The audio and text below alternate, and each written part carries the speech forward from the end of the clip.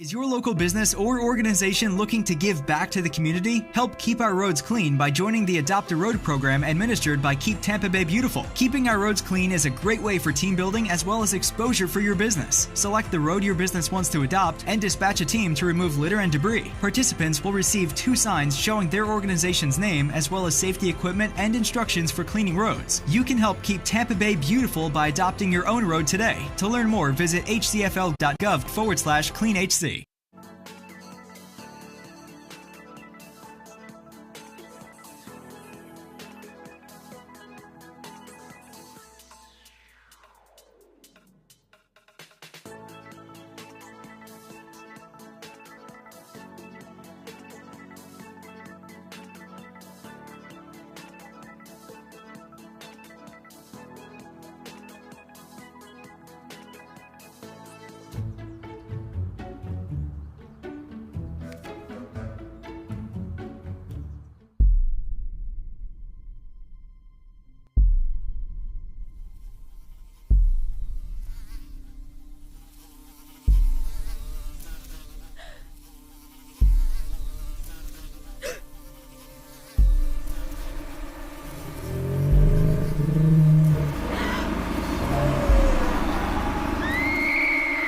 Don't let mosquitoes ruin your day. Fight the bite by removing standing water on your property. Standing water of any kind is a breeding ground for mosquitoes. Do your part and help reduce the mosquito population. Visit hcfl.gov/fightthebite.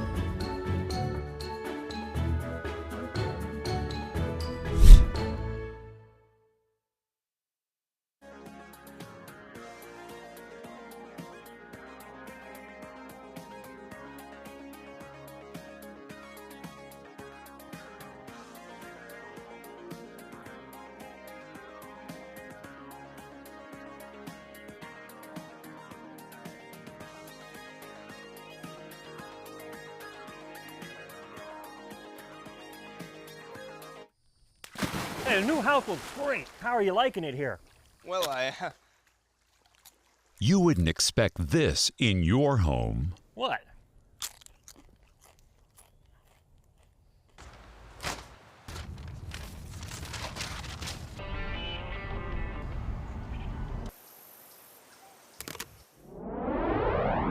Why on earth would you do it in ours? Hillsborough County put waste in its place.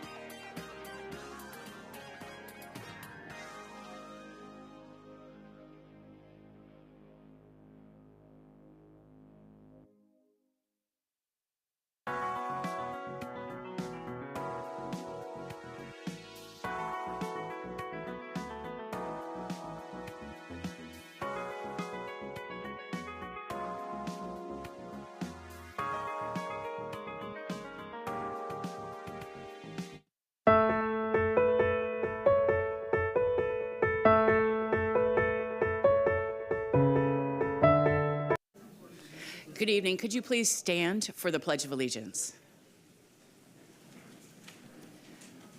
I pledge allegiance to the flag of the United States of America and to the republic for which it stands, one nation, under God, indivisible, with liberty and justice for all.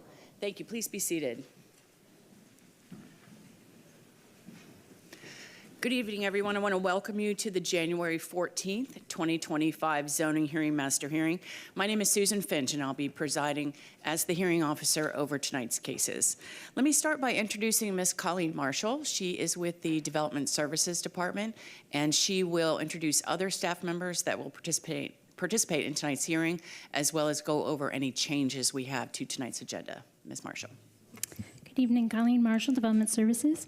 To my right is Ashley Rome of Development Services staff. To my left is Mary Dorman of the Hillsborough County Attorney's Office, and Alexis Myers and Willow Michi of Planning Commission staff. During the course of the hearing, a number of other staff planners will be presenting their findings for various cases and will be introduced for each item. We have one change to the published agenda. On agenda page 10, item D3, PD rezoning 240924. The applicant's here to request a continuance to the February 18th, 2025 zoning hearing master hearing. Okay, is the applicant here?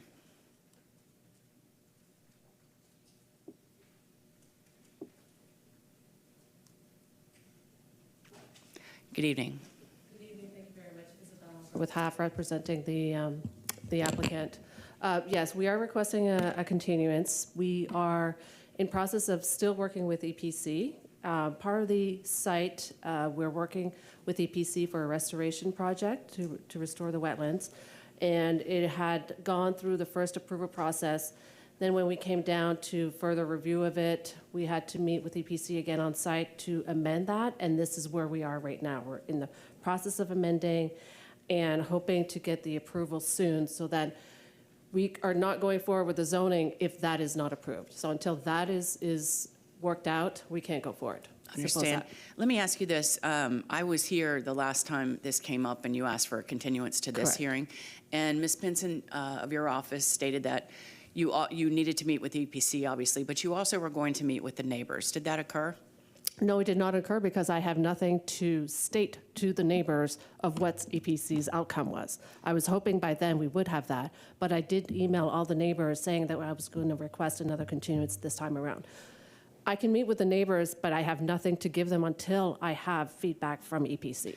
And does the EPC give you, obviously you don't control their schedule, but have they given you an indication that you would have that information by the February 18th hearing? They did not indicate that they didn't indicate anything. All I know is that there's two people. Bill Hicks is reviewing the restoration, and then I have my zoning one. My zoning, she says, I'm on hold, Isabel, until this is figured out. There's no reason for me to review your case until this is figured out. And I asked, I said, okay, well, obviously we had the holidays. So this occurred right before the holidays. So obviously we had the holidays.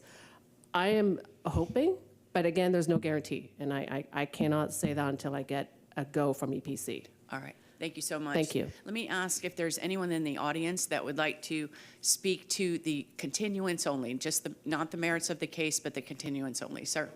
Yes. Is there anyone else while he's coming forward?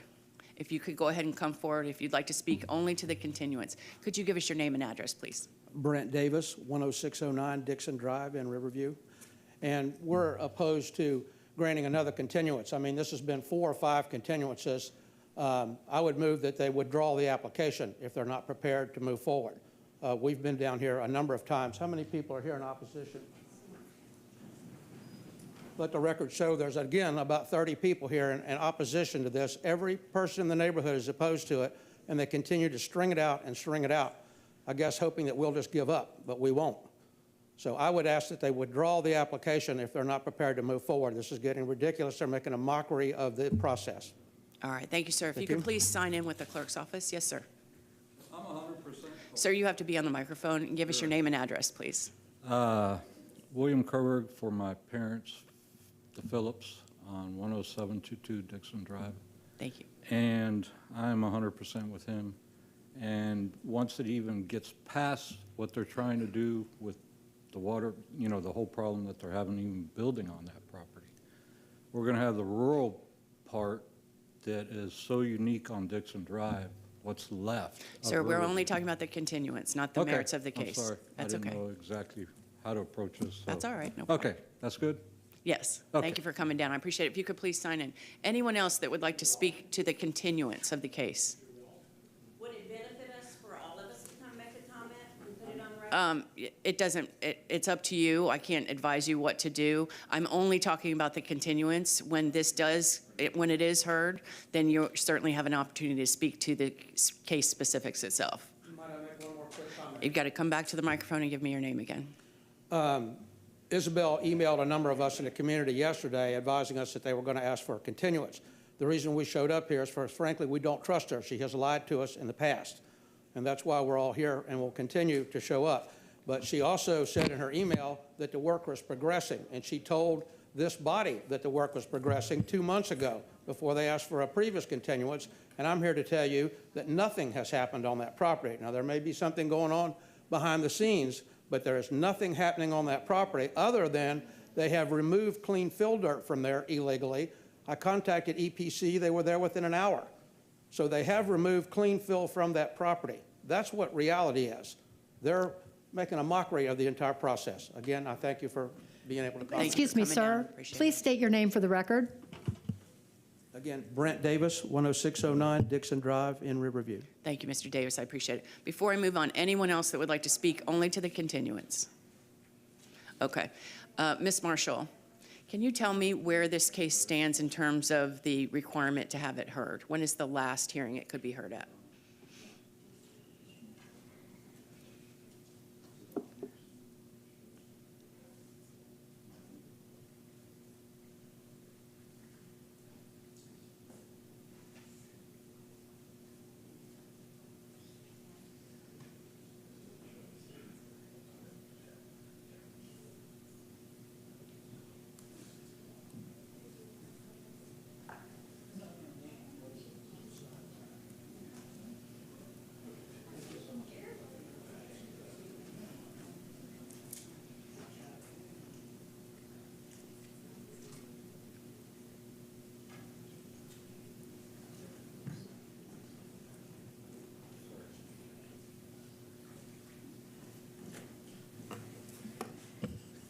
Currently, the last hearing would be April 2025. However, there's a LDC amendment that may be approved on February 11th that due to the hurricane, there would be an extension.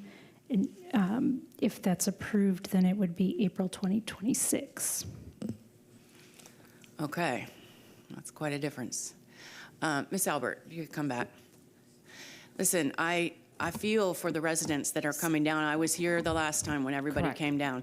Are you, I would be inclined to ask you to ask for a later date so that we're not dragging people down here every month when you don't control how EPC is permitting the property. I respect that, absolutely. I have no objections to that. We don't want to drag it. There's nothing going on because it's on paper, it's in EPC, and they're working. They're working constantly. I specifically emailed everybody who was in the record last hearing. I got a response from Mr. Davis saying, "Are you requesting a continuance?" I said, "Yes, but they have every right to come here." They have every right to come here and oppose, which they did. And I've emailed them again, not yesterday, but last week, and I told them again, we are going to request a continuance. I would have liked to done the notice and request on file correct continuance. It was during the holidays, and I had to request a continuance by a certain date, and I didn't. This is why I'm here today again. So I do want to, as much as I can, keep them posted of what's going on, but there's nothing. All right, let me, without getting all in Let's the go weeds of this. 2 months from now, yes. All right, but in March. And what would that date be, Ms. Marshall? It'd be March 24th. March 24th. And before you leave the podium, let me ask you one question. So the permitting, the gentleman, Mr. Davis, said that there's nothing going on the property. Now, I'm guessing you're trying to satisfy the permitting, the paperwork part of it with EPC. There's actually nothing happening on the site itself. Is that correct? There is currently nothing happening on site except removal of some of the debris that's part of the restoration project. And then throughout that process, they had to make some amendments, and we're making some amendments, so it has to go back to engineering, go back to the process. Okay. But we are working on it right now. All right. Yes. Well, this case, and truly, for the people that came down here, I really sympathize with you because it is way inconvenient for you all to come down and then the case is not heard. But the crux of this case is I've read it, and I have read all of your letters that are in optics in the file, is hinging on the environmental piece of it. So that piece needs to be resolved from a permitting standpoint. So that's why I think I am going to grant the continuance of rezoning PD 24-0924 to the March 24th, 2025 zoning hearing master hearing at 6 p.m. Thank you. Thank you. And by then, I hope that we have something by EPC, but there's no guarantee. And I would advise you to closely work with these neighbors before you come back. Yes, thank you. Thank you so much. I appreciate it. Ms. Marshall, if you could continue with the changes. There's a number of withdrawals and continuances. Item A1, application rezoning 240591. The applicant is Alan Goins. This application is out of order to be heard and is being continued to the February 18th, 2025 zoning hearing master hearing. Item A2, major modification 24-0675. The applicant is Turkey Creek Preserve LLC, Dennis Carlton Sr. This application is out of order to be heard and is being continued to the February 18th, 2025 zoning hearing master hearing. Item A3, rezoning 240858. The applicant is David Wright. This application has been withdrawn from the hearing process.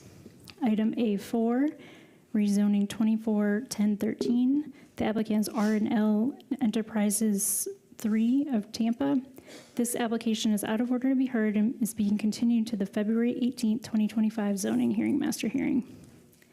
Item A5, rezoning 241075. The applicant is Ram A. Gold. This application is out of order to be heard and is being continued to the February 18th, 2025 zoning hearing master hearing. Item A6, major modification 24-1110. The applicant is Todd Pressman. This application is out of order to be heard and being continued to the February 18th, 2025 zoning hearing master hearing. Item A7, rezoning 24-1116. The applicant is Philippine Cultural Foundation Incorporated. This application is out of order to be heard and is being continued to the February 18th, 2025 zoning hearing master hearing. Item A8, rezoning 24-1135. The applicant is Provident Partners Real Estate LLC. This application is out of order to be heard and is being continued to the February 18th, 2025 zoning hearing master hearing. Item A9, major modification 24-1137. The applicant is Eisenhower Property Group LLC. This application is out of order to be heard and is being continued to the February 18th, 2025 zoning hearing master hearing. Item A10, rezoning 24-1139. The applicant is American 1 LLC, American 2 LLC, American Land Holdings LLC. This application is continued by the applicant to the February 18th, 2025 zoning hearing master hearing. Item A11, major modification 24-1141. The applicant is Todd Pressman. This application is out of order to be heard and is being continued to the February 18th, 2025 zoning hearing master hearing. Item A12, major modification 24-1152. The applicant is 17710 Highway 41 LLC. This application is out of order to be heard and is being continued to the February 18th, 2025 zoning hearing master hearing. Item A13, rezoning 24-1289. The applicant is Holly M. Boyer. This application is out of order to be heard and is being continued to the February 18th, 2025 zoning hearing master hearing. Item A14, rezoning 24-1155. The applicant is Todd Pressman, Pressman and Associates Incorporated. This application is out of order to be heard and is being continued to the March 24th, 2025 zoning hearing master hearing. Item A15, rezoning 24-1202. The applicant is Todd Pressman. This application is out of order to be heard and is being continued to the February 18th, 2025 zoning hearing, master hearing. Item A16, rezoning 241240. The applicant is Todd Pressman. This application is out of order to be heard and being continued to the March 24th, 2025 zoning hearing, master hearing. Item A17, rezoning 241257. The applicant is Big Bend Lakes LLC. This application is being continued by the applicant to the March 24th, 2025 zoning hearing, master hearing. Item A18, rezoning 241263. The applicant is HBWB Development Services LLC. This application is out of order to be heard and is being continued to the February 18th, 2025 zoning hearing, master hearing. Item A19, rezoning 241264. The applicant is Sweetheart Ice Cream Incorporated. This application is being continued by staff to the February 18th, 2025 zoning hearing, master hearing. Item A20, rezoning 241311. The applicant is Dilip Argwal. This application is out of order to be heard and is being continued to the February 18th, 2025 zoning hearing, master hearing. Item A21, rezoning 241353. The applicant is Todd Pressman. This application is out of order to be heard and is being continued to the February 18th, 2025 zoning hearing, master hearing. Item A22, rezoning 250019. The applicant is Lake Worth Property Enterprises LLC. This application has been withdrawn from the hearing process. Item A23, major modification 250021. The applicant is 6925 Casino LLC. This application has been withdrawn from the hearing process. Item A24, rezoning 250022. The applicant is Evercare Real Estate LLC. This application is out of order to be heard and is being continued to the February 18th, 2025 zoning hearing, master hearing. Item A25, major modification 25-0025. The applicant is Constellation Real Estate Partners. This application is out of order to be heard and is being continued to the March 24th, 2025 zoning hearing, master hearing. Item A26, rezoning 25-0102. The applicant is Todd Pressman. This application has been withdrawn from the hearing process. Item A27, rezoning 25-0123. The applicant is MNS Properties of Tampa LLC. This application is out of order to be heard and is being continued to the February 18th, 2025 zoning hearing, master hearing. Item A28, rezoning 25-0174. The applicant is Todd Pressman. This application is being continued by the applicant to the March 24th, 2025 zoning hearing, master hearing.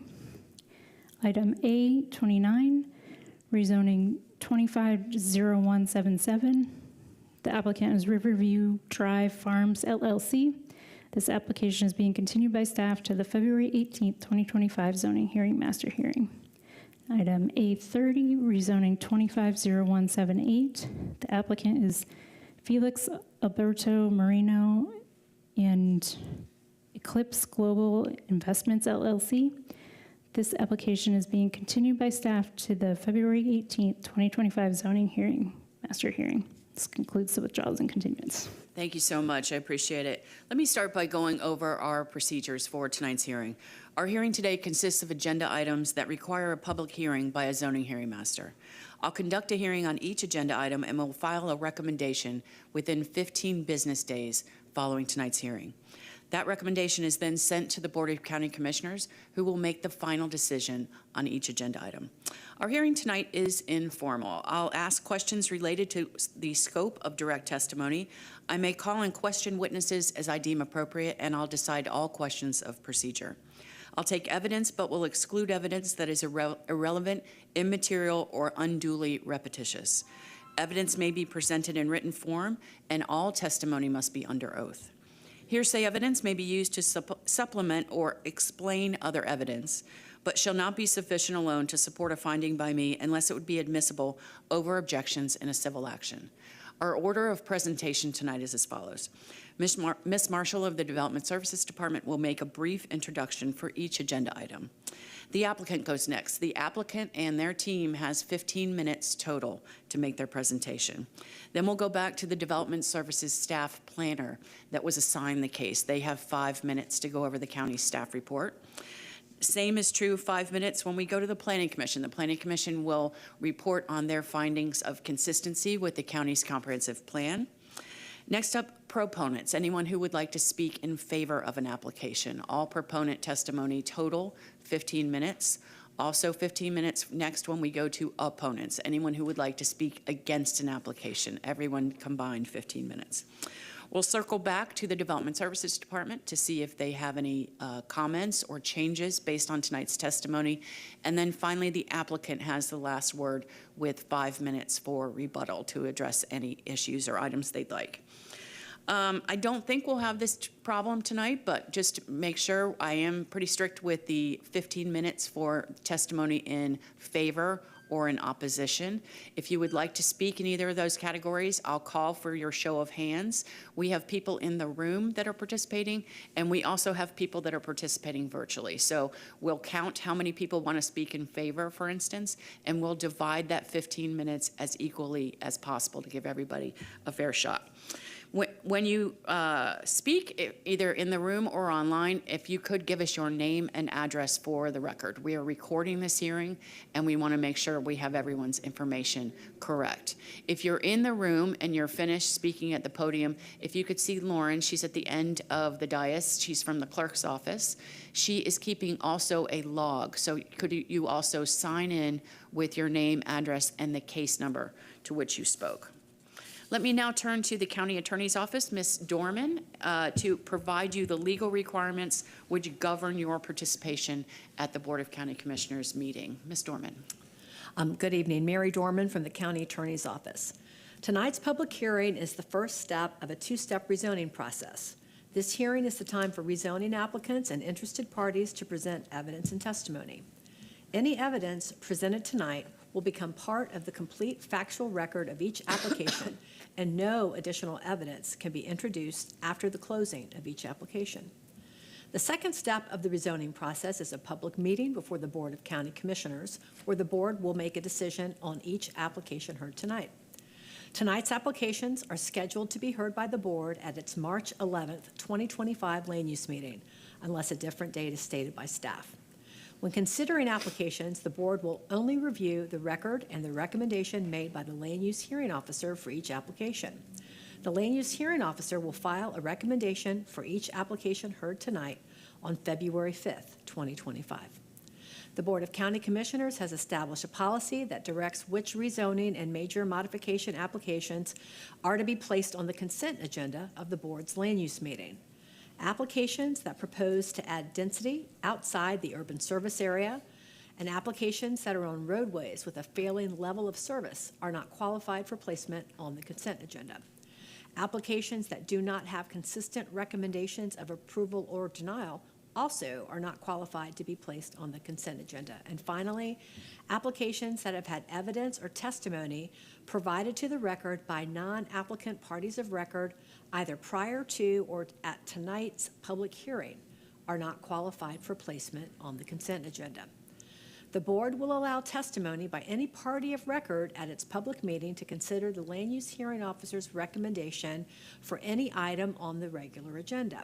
Testimony by a party of record shall be limited to the record of the proceedings before the land use hearing officer unless additional evidence has been found admissible in accordance with Section 10.03.04D of the Land Development Code. A party of record is an individual who fits in at least one of the following four categories. First, someone who is present tonight and presents testimony or documentary evidence. Second, someone who's been certified by the U.S. Postal Service as having been mailed notice of tonight's hearing. Third, someone who submitted documentary evidence to the master file at least 2 business days prior to tonight's hearing. Or fourth, someone who submitted documentary evidence by proxy at tonight's hearing. The content of oral argument before the board shall be limited to the content of the testimony and other evidence submitted verbally or in writing to the land use hearing officer. It is the role of the county attorney's office to ensure that only individuals who have met these requirements are allowed to speak before the board, and to ensure that no new evidence or testimony is introduced or allowed at the board's public meeting. For these reasons, please make sure that all information you wish the board to consider at its public meeting is entered into tonight's record. Thank you, Ms. Dorman. I appreciate it. As I mentioned, all testimony must be under oath. So if you plan to speak tonight, if you could please stand and raise your right hand, and I'll swear you in. Do you solemnly swear the testimony you're about to provide is the truth, the whole truth, and nothing but the truth? Thank you so much. Please be seated. All right, then with that, Ms. Marshall, we're ready to call the first case. On today's agenda, we have no remands, which brings us to Section C, Standard Rezoning Request. First item is item C1, Rezoning 241180. The applicant is Hartford, LLC. The request is to rezone to AS1 restricted. Staff findings will be provided by Michelle Montalbano after presentation by the applicant. Okay, is the applicant here? Please come forward. Give us your name and address, please. Good evening. Susan Swift, representing Hartford LLC. Do you want me to go ahead with my presentation? Yes. I'm also here. Can you give us your name and address, please, sir? J. Stanley, 412 East Madison Street, Suite 1100. Thank you so much. And before you start my time, let me make sure I know what button to press. There we go. Thank you very much. I'm here with Mr. Stanley, who will help me answer any questions and handle summary and rebuttal. I'm going to cover several themes. First of all, Mr.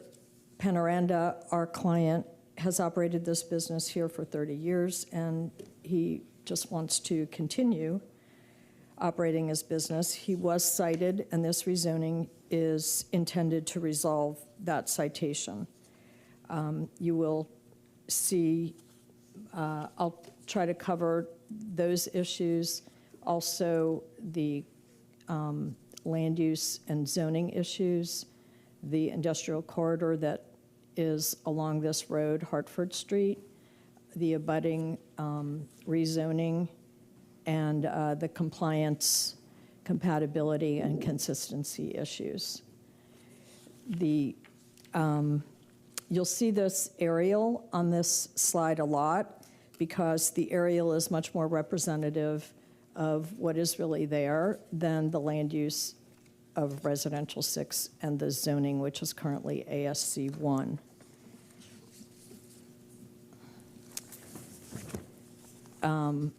Our client is the owner of RMP Sod, Inc.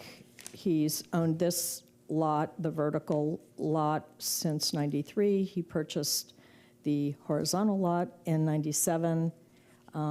There's a mobile home where he conducts his business out of. It's an office, nobody lives there. And he now installs sod that he obtains from another site. In the past, he has had plants there, he's had farm animals there, and at this point, he is interested, as I said, in continuing his business. We originally applied for AIR, and we were given a couple of suggestions. We applied for that. The Planning Commission objected to that. We downzoned it to AS1, and we're focusing on making this a conditional use for landscape contractors' nursery. It has, as I said, we amended this. I think we will point out, and your review of the definitions, the various definitions that this may fall into, it really, what he does there doesn't really fall into any definition. So at one point we tried to suggest a text amendment. That wasn't too favored. So we changed to a downzoning to apply for AS1, as a conditional use for a landscape contractor's nursery. I know you can't read these, but these are the code conditions. There are 10 conditions. The site and the applicant already meet 9 of them, except for number 2, which requires planting plants to be planted, whether sod, plants, whatever, and our client is willing to do that. So let's see here. Based on my planning analysis, we do believe that this is compatible with the surrounding uses. This is the Palm River Community Planning Area. This site's right in the center of it. If you look to the west, there's a 3-mile industrial corridor, and I'll get back to that further. The south side of Hartford Street is much different than the north side, and you can see all the way to the port and the bay is industrial, either light industrial or heavy industrial. But for the site next to this site, to the abutting on the west, which I'll get to, and then this purple square isn't exactly to scale, but that's the site. So Hartford Street on the south side is a 3-mile industrial corridor until you get to this lot. And the last 3 lots before you get to 100-foot stormwater pond and residential. And 70th Street is a collector. So as you can see, our client's lot ASC1 now has a tractor trailer site next to it. This site was owned by the county. It was sold to a truck leasing company, and it used the flex provision. That's why the map looks very different than what is there. And I encourage you to go out to the site and the entire area to see how mixed it is. You can see to the north of here, to the northwest, there's a lot of open storage. Some of these businesses are run out of homes as home occupations, but there's a lot of open storage in this area. In 2018, the Planning Commission said that the adjacent PD zoning was compatible and consistent with the plan. And it not only allows this truck leasing, but it allows manufacturing on the whole site. The truck leasing, although different from currently, was not supposed to have open storage on the east side of the site, but it did allow manufacturing on the entire site with no buffer. The only buffer required on this PD was on the street, on Hartford Street. And this shows that manufacturing is allowed, no buffer on that adjacent site. So here we are, and I will say that in the last hours of this application and trying to get our client back to business and get the citation removed, we agreed to a type B buffer, not realizing how impractical it was. And I'd given the staff a heads up on this. And they had given us some other options. So a type A buffer is tough enough on this site. A type B buffer really eliminates even the planting area that's required to plant sod. So I'm trying to be upfront about, we're trying to get to yes on this site.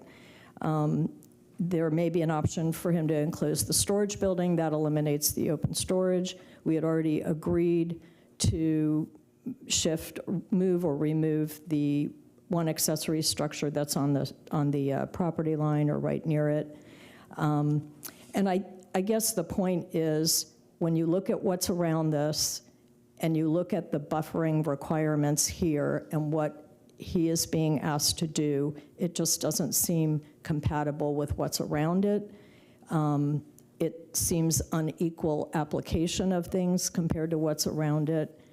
And even the condition number 5 in the landscape contractor's nursery talks about not needing a buffer if you have open storage within 200 feet of the property line. Well, this is such an oddly shaped site, and at the Hartford Street, it's only 150 feet wide, but I think it leads to the fact that if you're doing planting, do you really need evergreen trees and a solid fence, especially given the odd site and what's around this.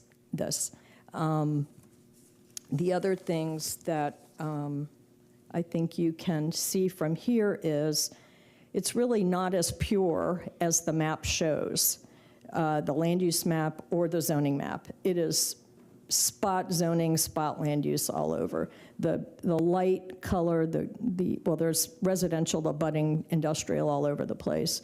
There's public, there's SMU 6 to the north of it. You can barely see it on this site, the light pink or light white. There's spot zoning on the right-hand map. There's all different kinds of zoning. So this is really a down zoning in order to, again, to keep his business there. We do think it's consistent with the plan. I won't go into all of these citations. They're in my report. It's supported by numerous policies. The Planning Commission's report did not address this one policy that I mentioned in my report, which relates to the commercial locational criteria, which is commercial. We meet this. I don't know why they don't think this applies. Again, they think it's not consistent with the plan. Again, my planning analysis, I think we show enough evidence in our report and in this presentation to show that it is a redevelopment plan. It's mapped. It does meet this criteria. But that kind of leads to my almost last slide, which is there's a lot of inconsistencies within the code and in the plan for these kinds of small businesses. Are they ag, are they commercial, or are they residential? I've been before you before on a case where we were being asked to do a buffer next to an ASC1 or an AS1 because it was said to be residential. We were protecting the residential. But ag uses can have a chicken farm or a pig farm as a permitted use. So those seem to be much more noxious uses than what our client is proposing here with some equipment and outdoor storage. And I do think that we have to look at the zoning impacts when we measure compatibility. And again, I won't read these, but there are a lot of almost internal conflicts with when we say open storage is permitted and when it's not. And I think, again, the conditions in this landscape contractor nursery use provides plenty of protection for those uses around it. And again, it is a downzoning. So again, this is on a 3-mile industrial corridor in the middle of the Palm River near the port. It's located on 2 collector roads. The PD adjacent is on a local road and a collector road. We think the uses are compatible. We believe that it's consistent with the plan. It already complies with 9 of 10 of the conditions, and our client is willing to meet the last condition, which is to plant. And then again, it seems like we would want to apply the code consistently.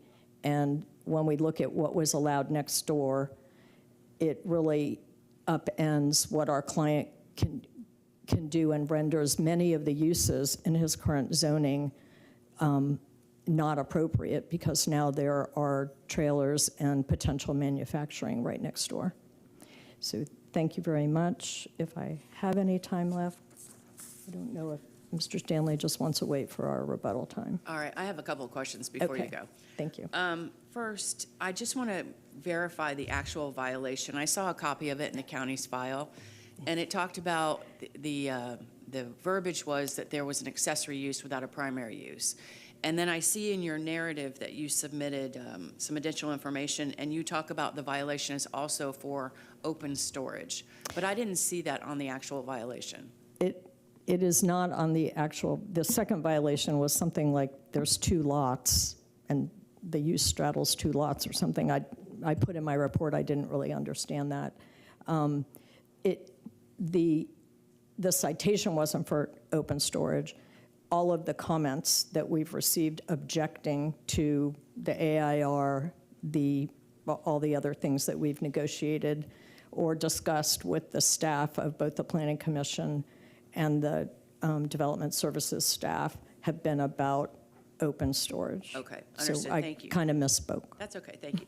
And then second, regarding the, I had a question about why you didn't submit a commercial locational criteria waiver, and your answer is that slide that you think you meet commercial locational criteria based on the development of the block face. Is that correct? Yes. Okay. So it's a difference of opinion between you and the Planning Commission? Yes. Understood.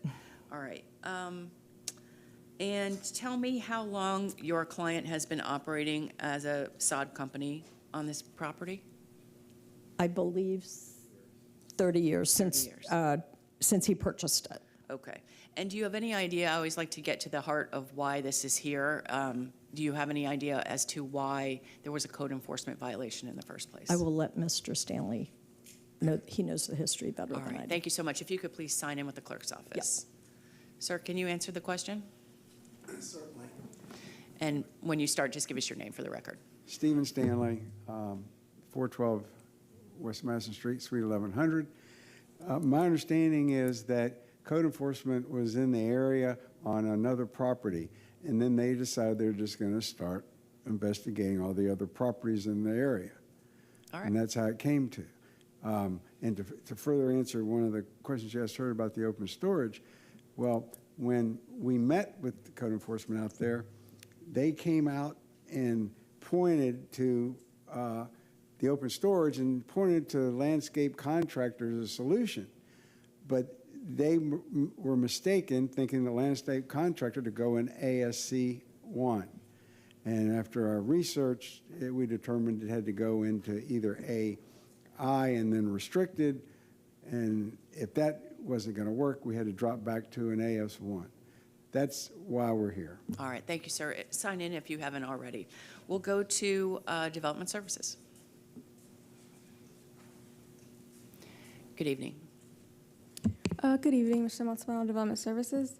The applicant is proposing to rezone approximately 3 acres of property in the greater Palm River area from ASC 1 to AS1 with restrictions. The request is to accommodate an existing sod installation company after a code enforcement notice of violation. The applicant has proposed restrictions on the rezoning in response to staff concerns regarding the access point and existing structures in required buffer areas.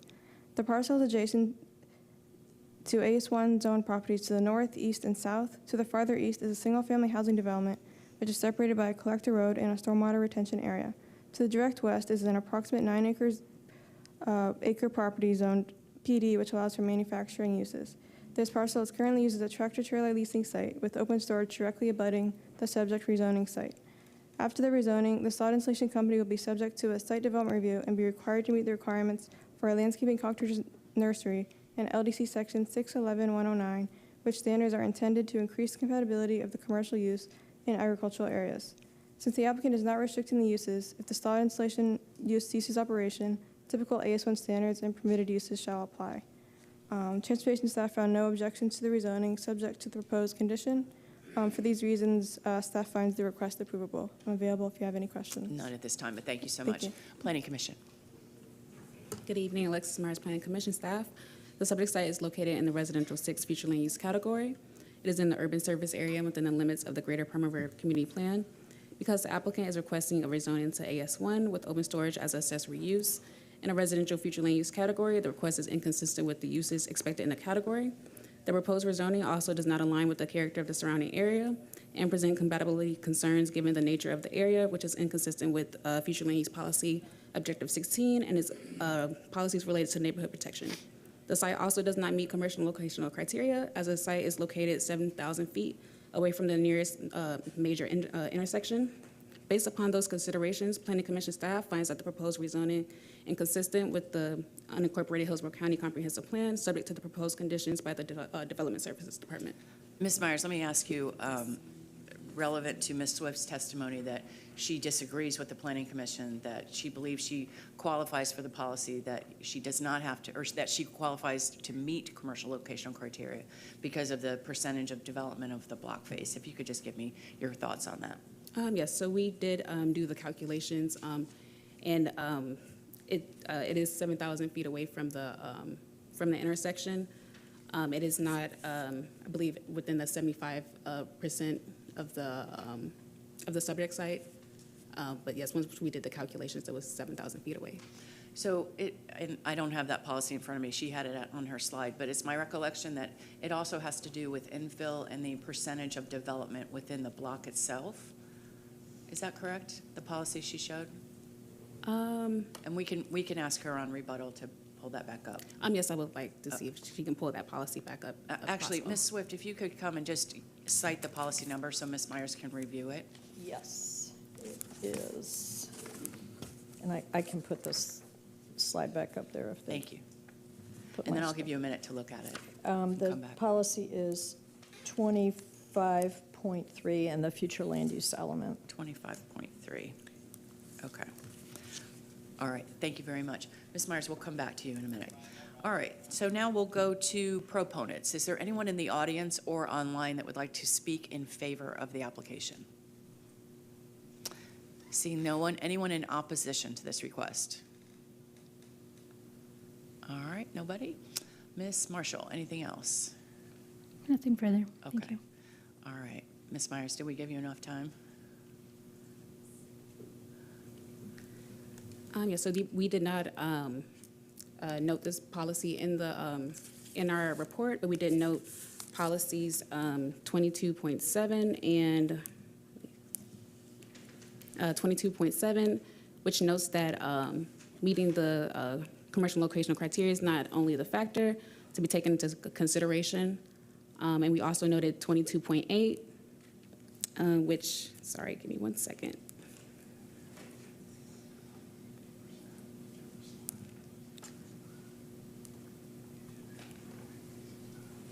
22.8, which is in regards to the waiver for the intersection. Okay. But we did not note 22.7. All right. But am I correct that 25.3 is if your block is more than 50% developed, that you do meet, that commercial locational criteria is not applicable, or you do meet it? So you said 25.3 is the policy that Ms. Swift cited.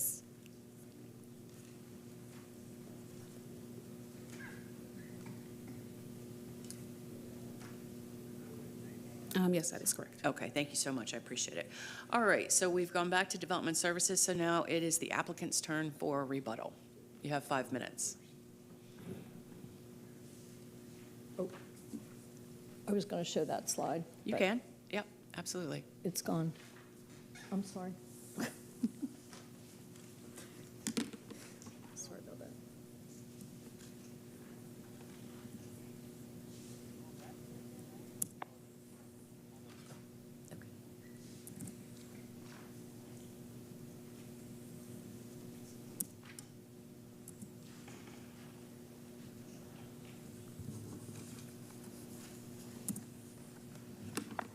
Okay, thanks.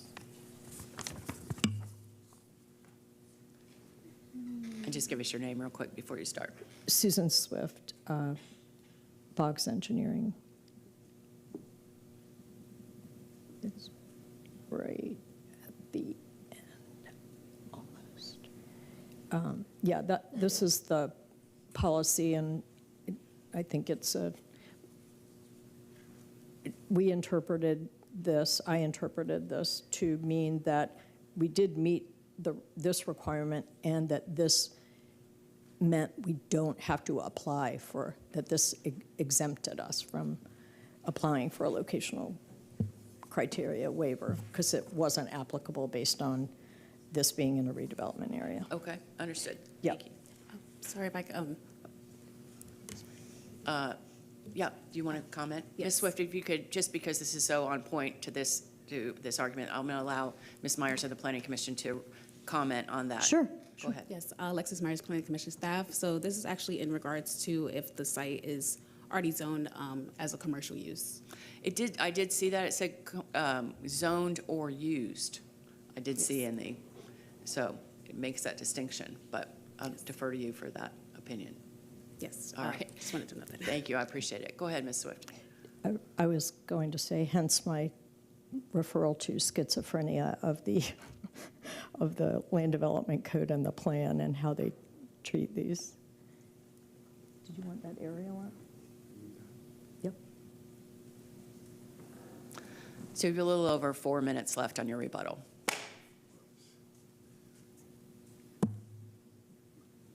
Good evening, Stephen Stanley, on behalf of the applicant, 412 West Madison Street, Suite 1100. Just, to sum it up, I'm not as good with the computer, but I'll use the overhead if it works. Yeah, I see it. Okay. Okay. Her picture in the computer was much better, but the point is, if you drive this area, you get off up north and you drive down through an industrial district, and then you get down to Hartford, and you're still in an industrial district, and all the way over, almost till you get to the, it's gray even, all the way over until the lot before the subject property, the lot that is got a PD for a manufacturing open storage for trailers zoning. I mean, it abuts the subject property. So, we're looking at a transition to go from industrial to the residential on the other side of that drainage canal lake, which makes this completely compatible. And you talk about it like it's a commercial zoning, it's in agriculture. It's a land use contractor's nursery, which it's not selling retail plants on the site. It's still an agricultural type use. So, I'm a little concerned where we're going to, try to compare this in an AS1 zoning that we're asking for to a PD that allows manufacturing and heavy commercial zoning. I mean, we're not that, so that's another reason why I think, that the waiver is not necessary for the commercial node. But be that as it may, you've seen this. So the real picture is when you're close to the subject site, I mean, look north and look next door. It's all industrial. It's got a few houses scattered on the north side going further east, but like Susan said, there's open storage and there's trailers and there's tractors and there's all kinds of industrial heavy uses on those properties. We're here because code enforcement said we can't do what we're doing on an ASC1 zoning. They said that at first, and they came out and said, well, here, do landscape contractor, you can do that here. And I had to go through the grid and point out to them, no, it says you can't. So it's just unbelievable that we have been given such a hard time about trying to get this property zoned so it's compatible with the code, with code enforcement. And again, if you look at this site and the properties around it, it's outlined in the blue, so you can see it better.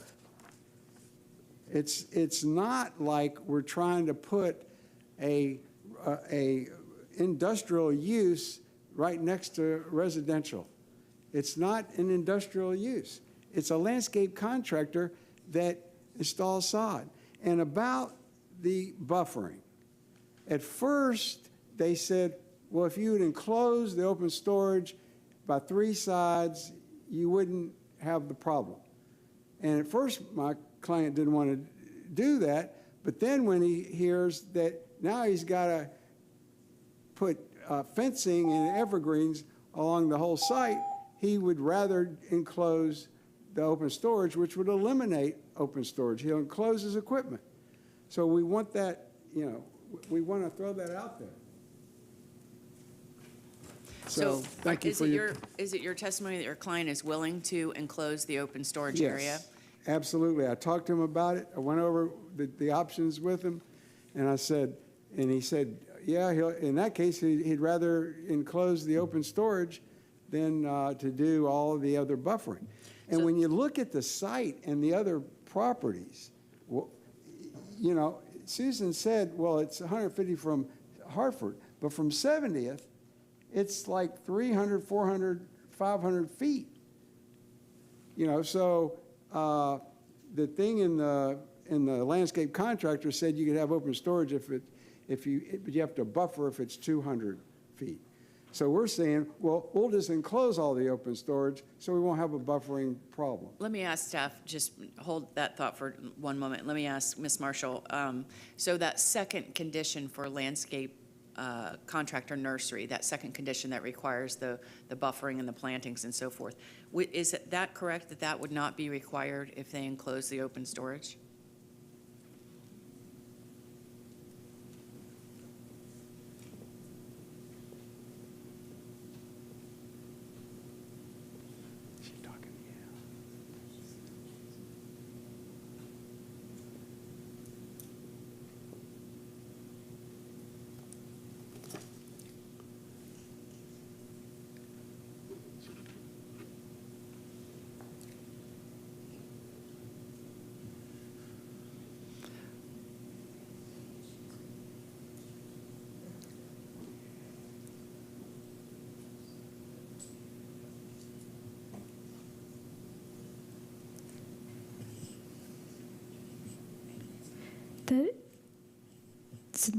The specific condition is in regards to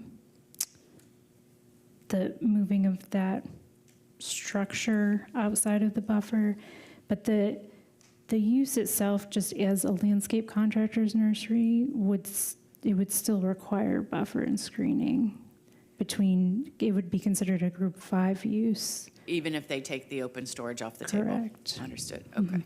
So you would still, I mean, it's up to you how you want to present this, but if you're offering to enclose the open storage, you've heard the testimony of staff, you're still obligated to provide the required buffering and screening.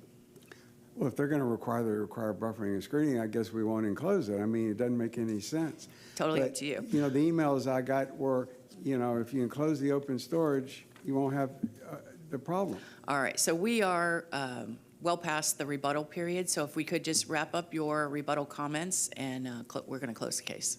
Well, you know, the client wants to continue doing what he's been doing for 30 years. You know, this man has had the jobs to install the turf at Raymond James Stadium and the Yankees spring training facilities. That's the type, and Busch Gardens. But he's not doing it on the site. He's picking up the sod and taking it and installing it. In some cases, they may drop off some sod on the site, and he takes it and installs it. But he's not installing stuff on the site. I mean, it's not that strong of an operation. And we kept hearing the open storage was the issue, so we were trying to resolve the open storage issue by willing to enclose it. But now they're saying you're not going to resolve it that way. You still have to screen because of the landscape contractor. Even though the landscape contractor is saying, it sounds like they're saying if you can't see the open storage, then there's no reason to do it. So anyway, thanks for your time. Thank you, I appreciate it. And with that, we'll close rezoning 24-1180 and go to the next case. Next item is item C2, rezoning 24-1210. The applicant is Arthur Jewell.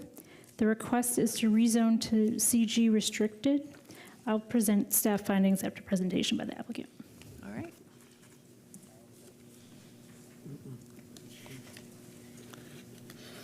That's not it? Oh, okay. Third one?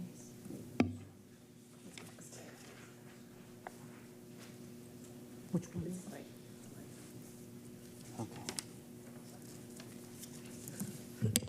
Good evening, Isabel Albert. Good evening. Yes, Todd was trying to hack my case. Isabel Albert with half 1000 North Ashley Drive. I'm here representing the applicant. And thank you very much. Okay. So what we have here is the site is highlighted in purple. It's approximately 3.15 acres in the rural area. It's along US Highway 92, which is a state highway. And then you'll see over here the interstate I-4 and Gallagher intersection is over here, and then it's between Moore Lakes Road. Let's take us a bit closer. What we have here is this is the site in question tonight. And it's along, again, the US Highway 92, and there's different businesses and single family around the property. Mostly commercial uses along US 92. Future land use is residential 1 on the south side of the highway and SMU 6 on the north side. But the reason why we're here tonight is, as you see, the site is split zoned. We have a portion of it that's commercial general, while the remainder of the site is agricultural single family. And here's a little bit of history of the site. This is, you're looking at the site right now. It's been in operation there for about 35 years. It's been growing over time. Obviously, it didn't start like that back then. And the applicant, who's also the property owner, lives on the property right over here, and over the years built his business there. Again, back in the 70s, this was a weird area, US 92. It's kind of like the Wild West. It was agricultural all around it, but then they had these pockets of highway commercial. Highway commercial uses are uses that are, gas station and motels and fast food restaurants and things like that. And then in the 80s, again, there were some changes there. I could not find anything into the record of why this yellow portion was taken out of the highway commercial. But again, I tried to find the record, and the clerk said they could not find anything based on that case due to the age. And this is what we're proposing. This is the existing zoning, again, the split zoning, and we're proposing just to bring the whole site into one, current zoning district. It's commercial general, and we are proposing restricted on there based on different discussions that we have from different agencies. Again, this is the existing site over here. Let me ask you about that slide. The shading is confusing me. So the parcel boundary is in yellow, is that correct? The rezoning, that is correct. The rezoning parcel boundary. Yes. And so what is the shading for everything west of it? What does that indicate? This here? The sort of a salmon color that's west of the yellow line. All of this here is commercial zoning. I see. So it's just your point that that's the actual zoning. We were part of that pocket, and now we just want to bring it all together. It's under one parcel. We're just bringing it all together, which kind of, matches the shape of this highway commercial. And so it's just to clean it all up together. Okay, I understand. Thank you. Oh, you're welcome. So again, discussion with different agencies. The first one was obviously this is US 92 and it's FDOT. And meeting with FDOT, the only concern they had was the drive-through, so how that was going to function on site and with our highway there. And the other point too was that because there's 2 driveways, they requested that one driveway be closed out, and this is where you see the X over here. We also eliminated uses that have greater impacts, like gas stations and convenience stores and things like that. So we did eliminate those to address compatibility concerns, and also to not allow any non-commercial development within the 125 feet to the south of the property.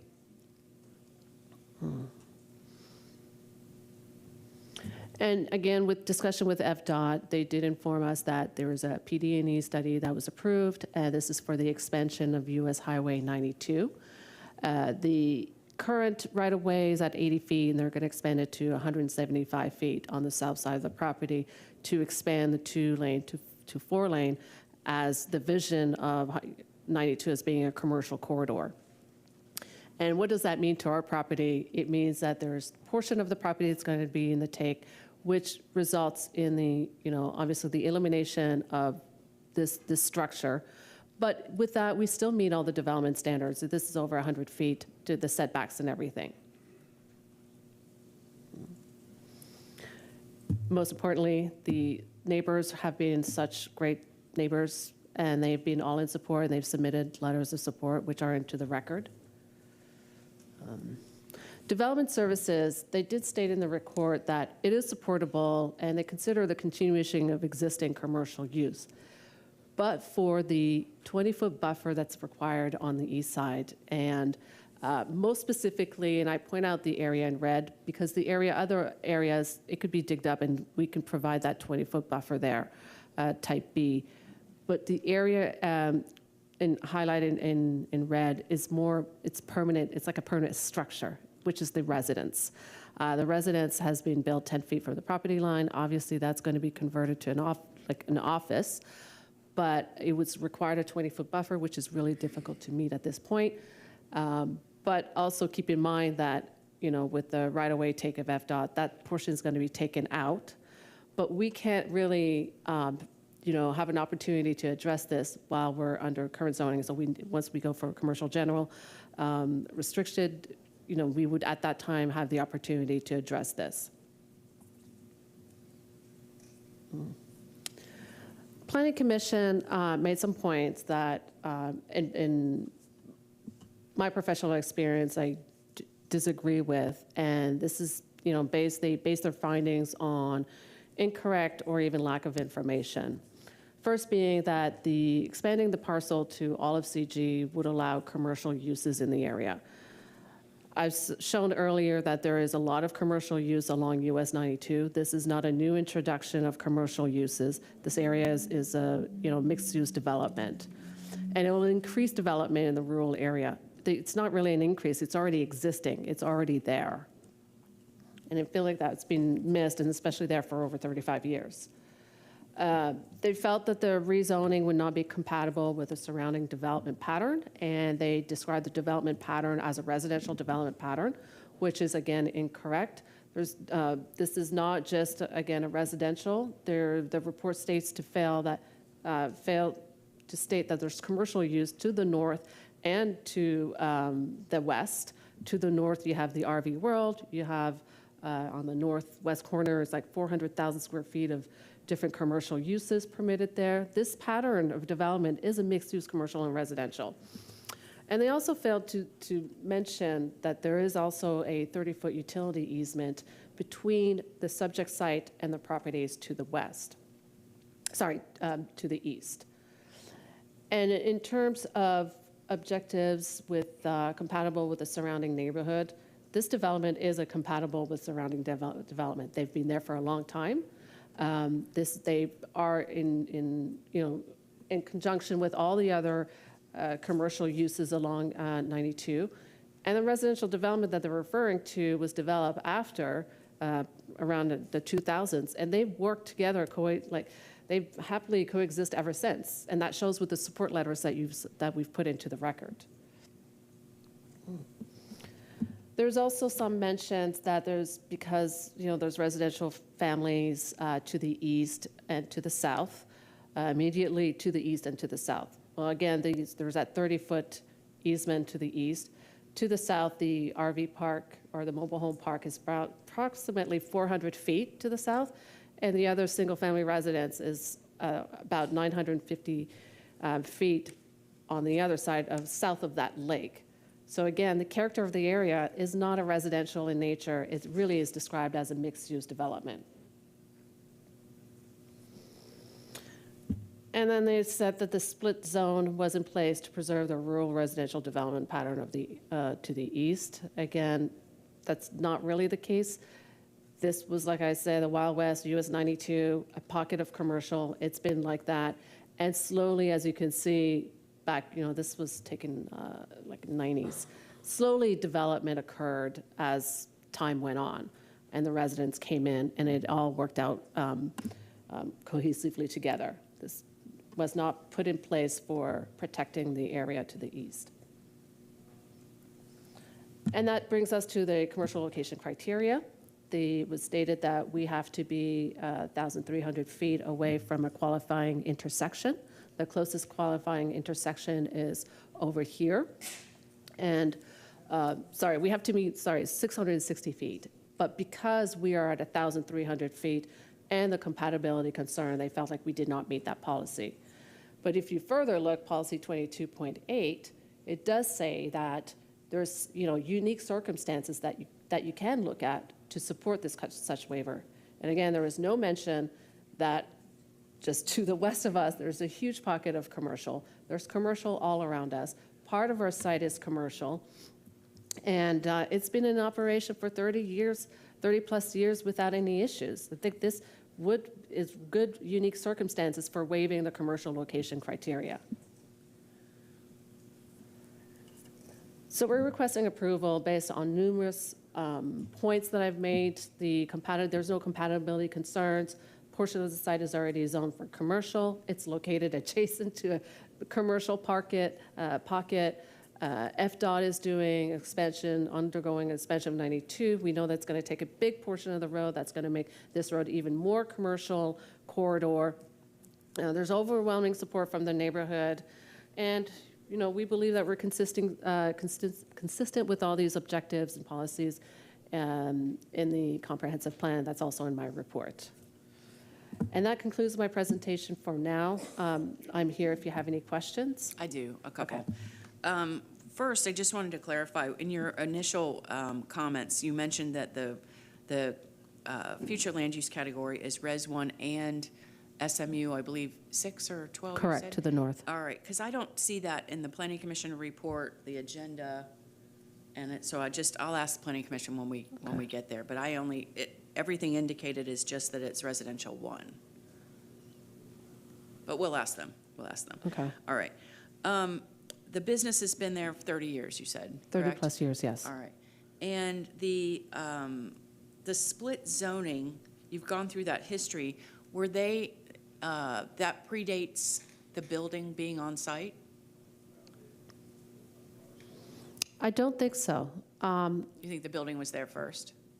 I think the home was there, the building was there, and I believe around the 90s when he started. And I think the split zone happened in 85, around that time. Okay. So, yeah. All right. And then the reason for the rezoning, your restrictions limit certain commercial uses, but also remains an opportunity to develop it under other uses. Yes, other commercial uses, yes. All right. Go ahead, I'm sorry. Sorry, go ahead. So the opportunity is there for redevelopment, not just asking for your existing use. Is that correct? That is correct. Okay. All right. And then the surrounding development. Well, first, let me go on site. The southern end of the property from the aerial appears to be unpaved. And if you could just tell me what they're doing in that south end. It's unique. So like I said, the property owner lived on site and had his business. And so you're talking about the southern portion behind the business? Yes. That was his area, where he would garden and have his pool and raise his dogs. Oh, okay. So almost functioning as a residential area. Yes. I see. Okay. And then the use to the west, the CG, if you could tell me, because I haven't been out there yet, what are they doing there? What is that commercial use? So the first use next to it is currently it's a repair for lawnmowers. Okay. Prior to that, it was a furniture store. And it's been there, I don't know if you saw in the aerial, those were like that one use, the shed company and the mobile home were there since probably like the 90s. And it's been there for a very long time. And then next to it is the Dollar General. They came in 2018. And further to the west, you have the shed company where they have stored all their sheds on that side. And then to the north, it's a mismatch of different, one of them, like the big site to the northwest is like 400,000 square feet of commercial uses.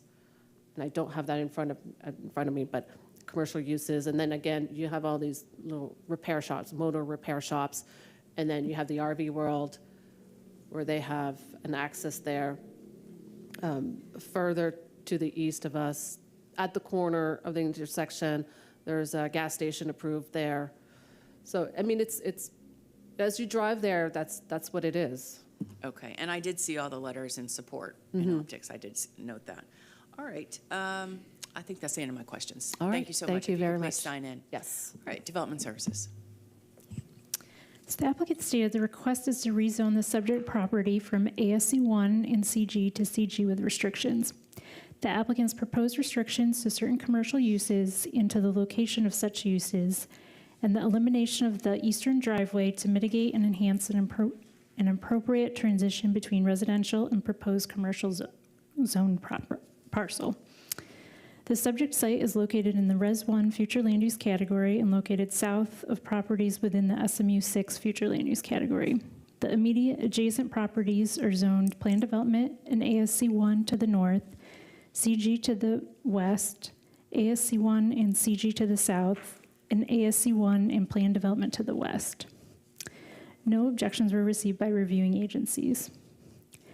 To mitigate the proposed CG zoning district infill along East US Highway 92, the applicant's proposed restrictions contained in the staff report, which include restrictions on certain uses, limiting the floor area ratio to 0.25, restricting commercial uses and activities from being located within the rear 150 feet the site, and eliminating the eastern driveway.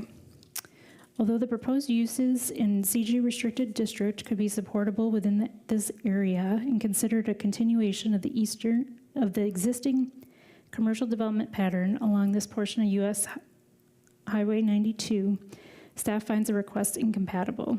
The site is currently developed with existing buildings and pavement that do not meet the required buffer and screening where adjacent to single-family development along the eastern boundary, where a 20-foot wide buffer with type B screening would be required. If approved, the applicant intends to use the site as it's currently developed and would not alter the site to meet buffer and screening requirements. Therefore, based on these considerations, Development Services staff finds this request not supportable. Let me just highlight that point just to make sure I'm clear. So if they agreed to meet the buffering and screening requirements, that is the only issue in terms of Development Services. Otherwise, staff finds it compatible. Yes. Okay. Yes. All right. Thank you so much. Planning Commission. Alexis Myers, Planning Commission staff. The subject site is located in the Residential 1 future land use category, not the Suburban Mixed Use 6 future land use category. It is in the rural area and not within the limits of any community plan. The split zoning was put in place to preserve the rural residential development pattern to the east. Approving the site to fully rezone to commercial general restricted would be contrary to the established neighborhood character to the east and inconsistent with policy direction under future land use element objective 16. The subject site also does not meet commercial locational criteria. The applicant did provide a waiver for the proposed rezoning. However, since the site is located approximately 1,300 feet away from the nearest major intersection, with significant compatibility concerns, it is inconsistent with objective 22 and its accompanying policies. Based upon those considerations, Planning Commission staff finds the proposed rezoning inconsistent with the unincorporated Hillsborough County Comprehensive Plan, subject to the proposed conditions by the Development Services Department. So your reading of the map, that there's no SMU 6 on this property? Yes, there's not. There's to the north, but not on the property. All right, thank you so much, I appreciate it. All right, at this time we'll call for anyone who would like to speak in support. Anyone in favor? Seeing no one, anyone in opposition to this request? Okay, Ms. Marshall, anything else? Nothing further. All right, thank you. All right, Ms. Albert, you have 5 minutes for a rebuttal. Nothing big. I didn't want to say there's SMU 6 on our property. There's none. Okay. It's on the north side of the property, Oh, on the okay. north side of US 92. So sorry if I wasn't clear about that. And that's all I had to say. Let me just ask you about my question to Ms. Marshall regarding the buffering and screening. So would your client be amenable to agreeing to comply with the required buffering and screening? We want to comply with the buffer and screening wherever we could. However, there is a residence there, so we're going to try to see what we can do. If that doesn't work, then we have to tear down the residence and do the 20. He's fully aware that that has to be done, or else. That's not a yes to my question. That is what you're saying, as I understand you. I don't want to put words in your mouth, but you wouldn't agree to a restriction that says you'll meet all applicable buffering and screening. By doing that means that we would have to tear down the house, things like that. Any other circumstances where you would have this kind of after the fact, there is a process separately from this in order to get some relief. If that doesn't work, then we would have to remove that. Understood. Okay. Thank you so much. Thank you. Appreciate it. With that, we'll close 24-1210 and go to the next case.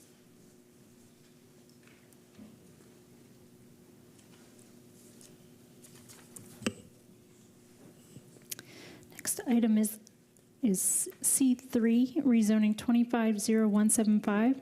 The applicant is Todd Pressman. The request is a rezoning to CI restricted. Staff findings to be presented by Michelle Montalbano after presentation by the applicant. Thank you. Thank you very much. Good evening. Good evening, Hearing Officer Todd Pressman, 200 2nd Avenue South, number 451 in St. Petersburg. This is RZ Standard 25-0175. Development Services, Planning Commission, Transportation all support the request. We are located in the greater Palm River area, Claremelle. This is a CG zoning seeking a CIR zoning for 8.25 acres. The restrictions would be for outdoor storage of commercial vehicle trailer equipment, accessory minor motor vehicle repair in association with the trailer equipment and such, related office. We do have a companion CPA, which actually just last night was approved unanimously by the Planning Commission. This is as the property appraiser has the site. It's at the corner of Causeway and 78th Street. There's gas station to the west, contractor type offices to the east, along with industrial uses. You'll note that there's a buffer that extends along the north, including a larger area that's owned by the HOA, which I'll show you in a few minutes. This is the current site as I had it when I was there. This is abutting to the east, which indicated appears to be individual contractor type offices, which extends further to the north on the east side. Abutting northeast, as you can see, is the same type of use. Across Causeway Boulevard is again the same similar kind of use, and noted a smaller little center as well. Causeway itself, which is the main street it's on, is an arterial 4-lane divider roadway, carries anywhere from 20,000 to 27,000 vehicles per day in 2020. It's rated as a state principal arterial roadway, and it is designated as a truck route on the Board of County Commissioners mapping. 78th Street, which is the north-south street, is also an arterial roadway, carries 16,043 vehicles in 2020. Overall, it is a tremendous trip reduction because of the restrictions. According to the transportation report from the county staff, it's a reduction of 12,600 vehicles on the annual daily trips, 913 trip reduction on the AM peak, 773 reduction on the PM peak. Looking at the future land use map, our OC20 spans the south. It's in an R9 area. R20 is to the east. Looking at zoning is very intensive, surrounded by both CG and CI, CN on the north. The CN on the north has some conditions that restricts it to a bit. Zoning staff report notes that, as I've indicated, to the east and west is Zone CG with warehouses and open storage, light industrial uses, a mobile home park, which is further, and a convenience store, gas pumps. Across Causeway, again to the south, is Zone CG and CI. To the north is a vacant parcel, Zone CM, with restrictions. It permits neighborhood commercial uses, and there's a slim portion of the zoning on the north boundary that abuts a residential district, but as they note, it is an HOA buffered area, as you can see here. So the site is at the corner. There's an O'Reilly Auto to the north, and then you have that HOA buffer, which is continued as a wetland stream area. This is the sea and abutting to the north, which is so that shows those restricted uses, which is restricted by hours and a few uses. Planning Commission notes it's consistent to quite a number of different objectives and goals, indicates we meet the livable communities element. Overall, Planning Commission staff finds the proposed rezoning compatible with the surrounding area. And we did hold a community meeting for the future land use. We noticed 30 persons, 24 were noticed for rezoning. No one attended the meeting. I checked the record a couple days ago. There were no letters or emails in the file. We haven't heard from anyone with all the noticing. So with that, we appreciate your consideration, and we respectfully request your support. Thank you. Thank you so much. If you could please sign in. Development Services.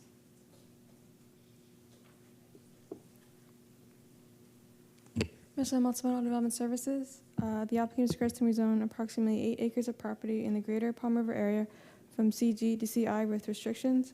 The request has a companion future land use amendment, CPA 2440, which is proposing to amend the future land use from residential 9 to office commercial 20. The applicant is restricting the allowed uses to the outdoor storage of commercial trailer equipment, accessory minor motor vehicle repair, and an accessory office. The property is located at the corner of Causeway Boulevard and South 78th Street, both arterial roadways. The parcel is surrounded by commercial zone properties. A slim portion of the northern boundary abuts a property zoned RSC 9. However, the homes are separated from the subject site from an HOA buffer parcel. There are several CI zone properties along Causeway Boulevard in the near vicinity of the subject parcel, which make the request in line with the zoning pattern in the area. Due to these considerations, staff finds the rezoning request approvable. Thank you so much. Planning Commission. Alexis Mars, Planning Commission staff.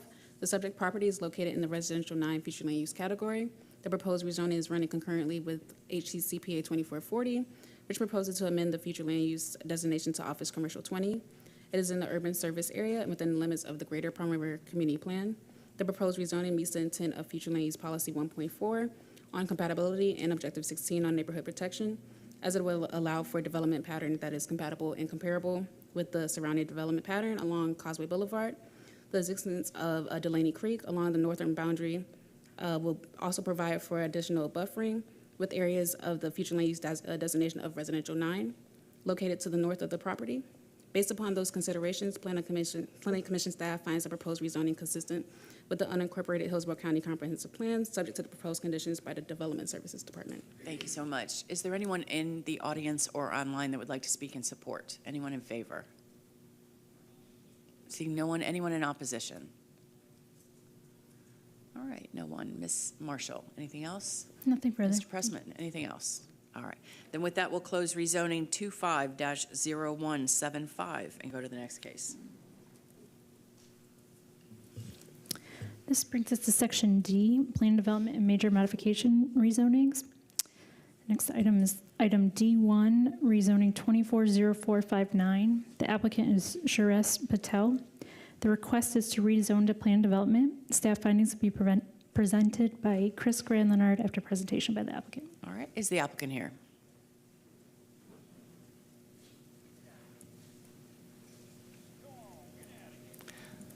Good evening.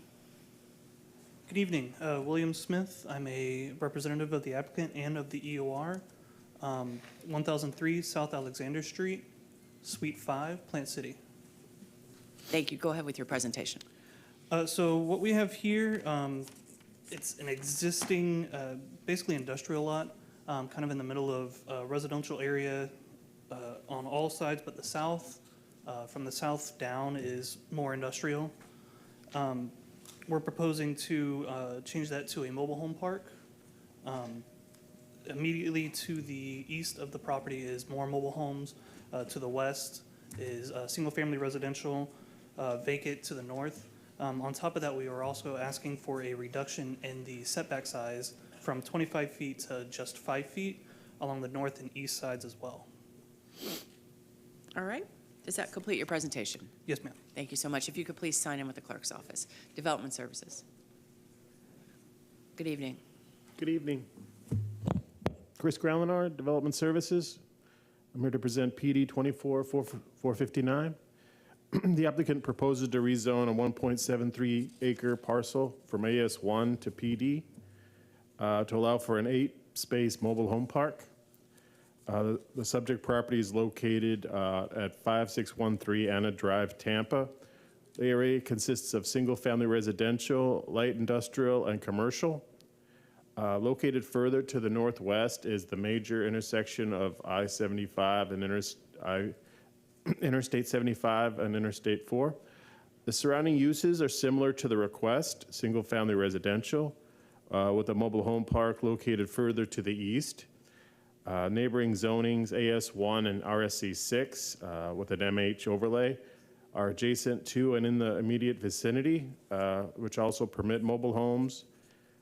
Therefore, the rezoning of the subject parcel from AS1 to PD with an 8-space mobile home park would be consistent with the existing zoning pattern of the area. Staff finds the request approvable subject to the proposed conditions. I'll be glad to answer any questions you might have. None at this time, but Thank you. Planning Commission. Yes, Alexis Myers, Planning Commission staff. The subject site is located in the community mixed use 12 featured land use category. The site is in the urban service area and within the limits of the Sefner Mango Community Plan.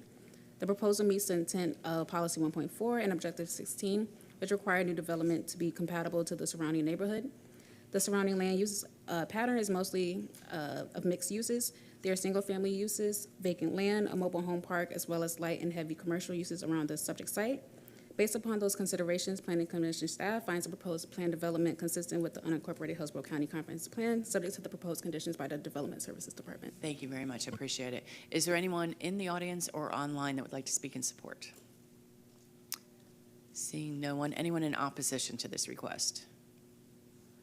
All right, nobody. Ms. Marshall, anything else? Nothing further. Thank you. Sir, you have the last word if you'd like it. All right, thank you. Then with that, we'll close rezoning PD 24-0459 and go to the next case. Next item is item D2, major modification 240468. The applicant is Ricky L. Houston. The request is a major modification to plan development. Staff findings will be presented by Chris Grandlenar after presentation by the applicant. Good evening. Hello, Matthew Campo, Campo Engineering, on behalf of the First Baptist Church. This is a major mod, and primarily it's a major mod to add additional students to the church. A little different than most of the applications here today. This is actually a situation where the church was approved back in 2008 for school, but they didn't define the type of school. So that as time progressed, it came out that the church would need to identify and differentiate between the school versus daytime classes. So essentially, this application is for 131 students to add it to the current First Baptist Church. You've got the packet as far as there was also some off-site improvements. That's all I've got. All right. I just want to confirm, just for the record, I think you just said this, but there's no new square footage proposed. Correct. When the church was originally built, it was built with all the classroom space already in there. So there's no actual building construction or anything like that added in this application. That was my only question. Thank you so much. If you could please sign in. Development Services. Chris Grandlenar again, Development Services. I'm here to present major modification 24-468. The applicant requests a modification to PD to the current PD 98-0852 to allow the existing classrooms at First Baptist Church of Progress Village to be specifically used for weekend, Saturday, Sunday school, and also a K through 8 weekday private Christian school with 131 students.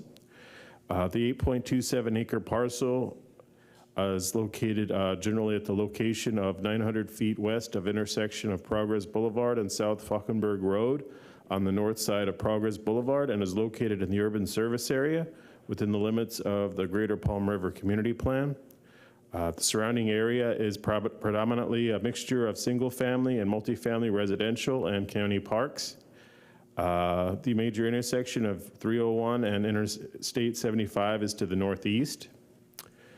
The classrooms to be specifically used for weekend, Saturday / Sunday school, and a K through 8 weekday private Christian school. It's going to be in an existing building with no development standard changes.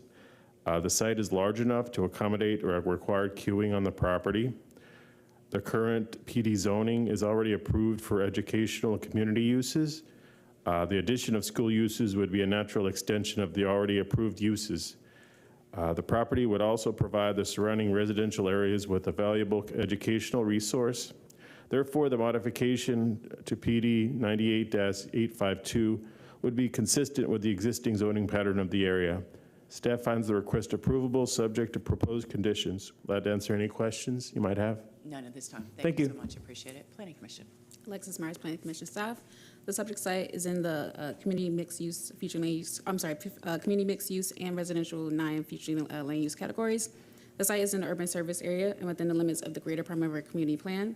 The area of the major modification is located in the community mixed use portion of the site and will be below the maximum allowable consideration for floor area ratio of 0.50.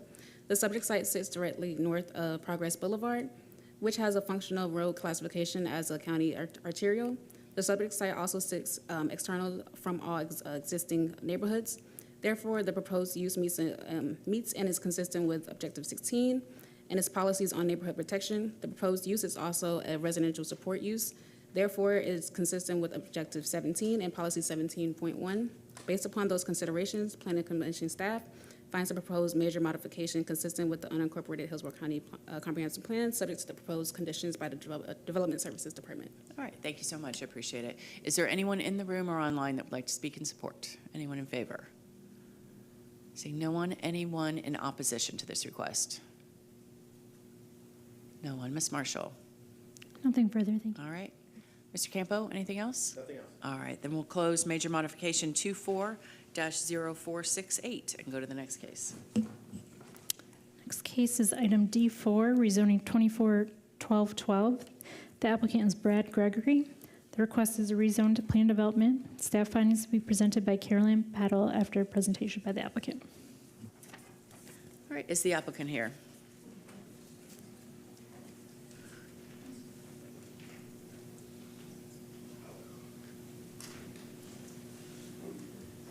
Good evening. Good evening. Brad Gregory, 1715 Lithia Pinecrest Road, and I am authorizing Mr. Eric Hendry to present this application. Thank you so much. Sir, if you could please sign in. Good evening. Good evening. Eric Hendra with Hendra & Associates, 5028 West Longfellow Avenue, Tampa, Florida 33629. This request is to expand on the existing Kids Place facility, which is a foster home for displaced kids. Currently, they reside in the existing PD-zoned property. They have acquired additional property to expand the mental health and well-being by using this expansion of a recreational facility to be added onto the property. As such, that property was residential and remained ASC 1. Now we're just trying to include all those conditions that was previously approved onto this property. And am I correct that there's no increase to the number of beds for that community residential home? All right, thank you. Did you have anything else you want to add? I don't know. All right, no further questions. Thank you so much. If you could please sign in. All right, Development Services.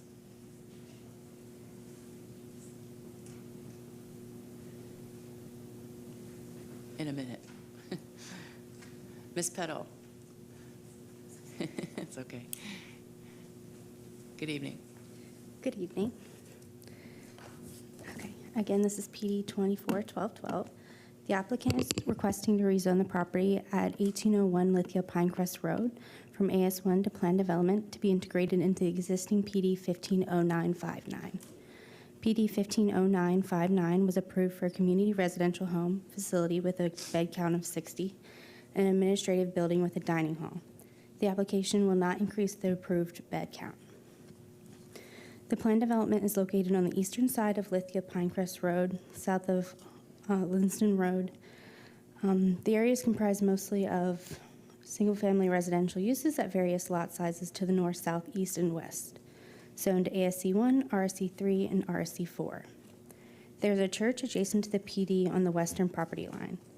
To the north of the subject property line, Lithia Pinecrest Road near Linsden Road, there are properties zoned for commercial and office uses, as well as to the south that are PD zonings approved for office and commercial uses as well. The subject property has a future land use designation of RSC 4, as well as all surrounding properties. The project shall consist of a community residential home with a maximum bed count of 60 residents with a maximum of 5 residential structures. An administrative building with a dining hall containing a maximum of 12,000 square feet shall also be permitted.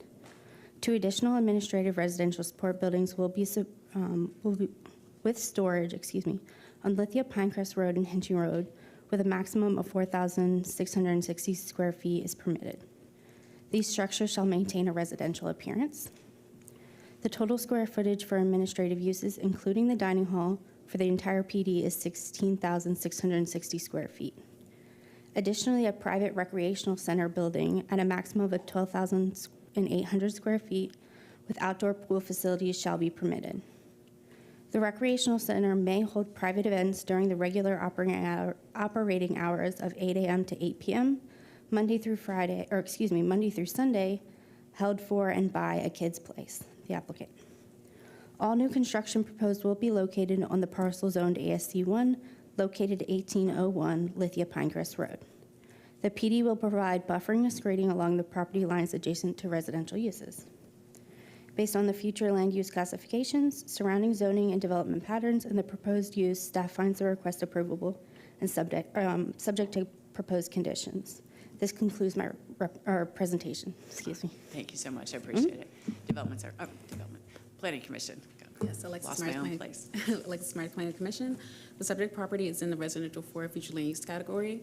The site is located in the urban service area and within the limits of the Parandon Community Plan, particularly the Garden Estates Character District.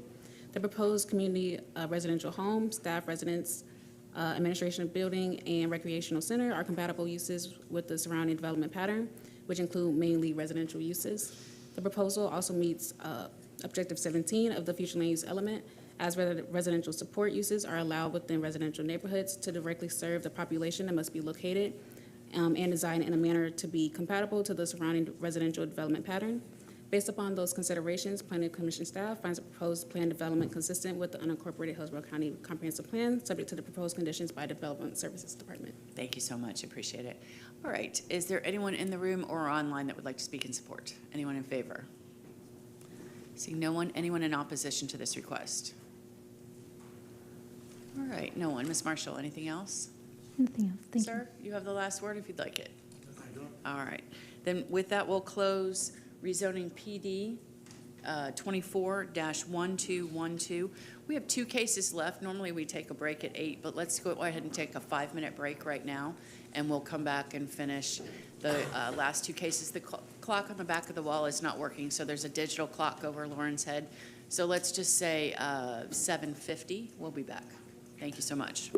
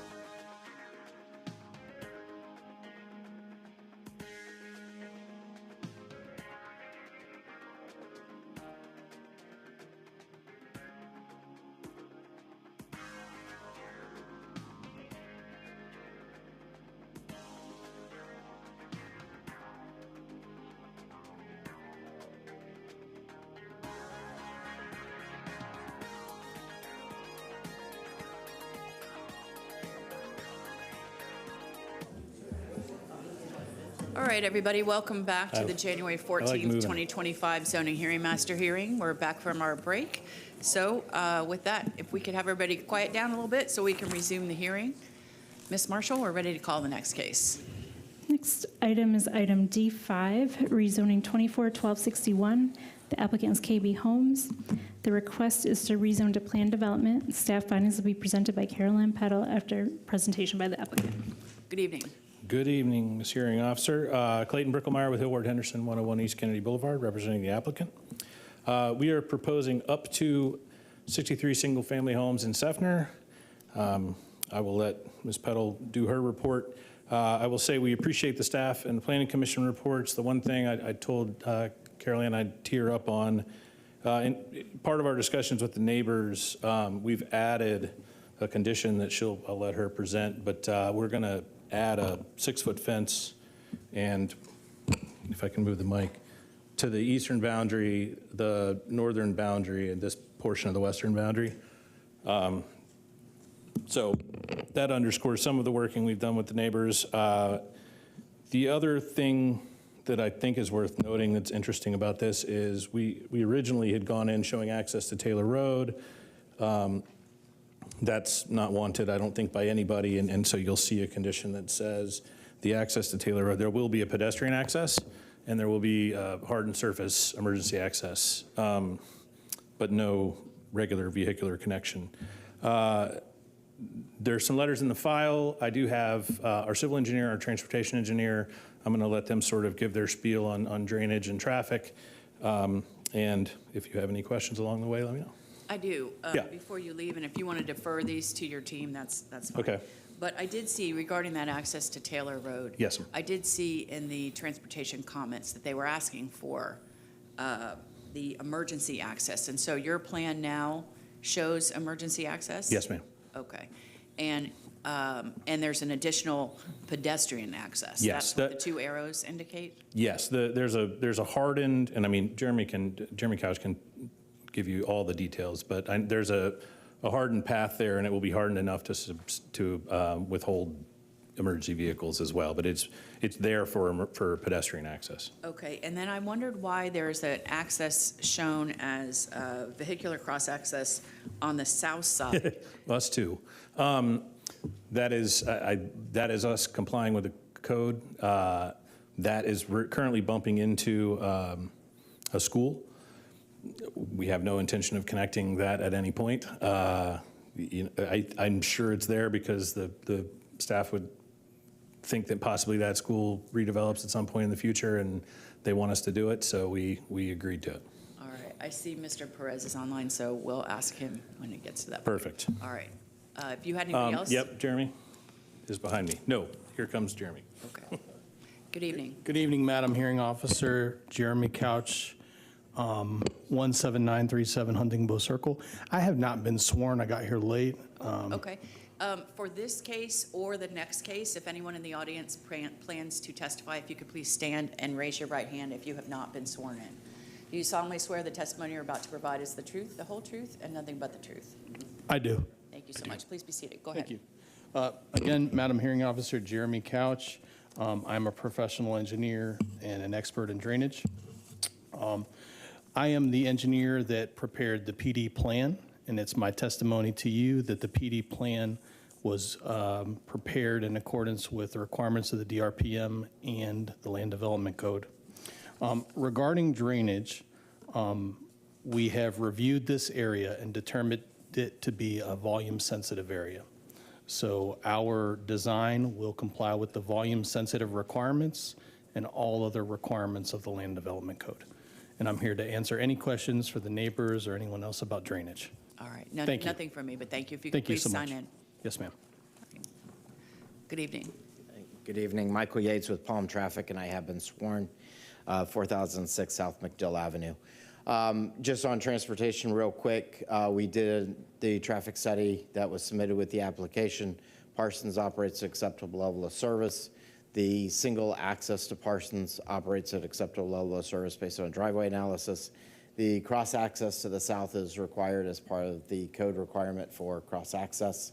So it is just a stub out to the property line in the event that future development occurs to the south. And the emergency access, that's gated with the Knox box? It will be gated, Access. but I think the intent is that it's going to be the 10-foot multi-use path and then stabilized base for the emergency vehicle on both sides, so it creates the pathway for the emergency But it is vehicle. gated?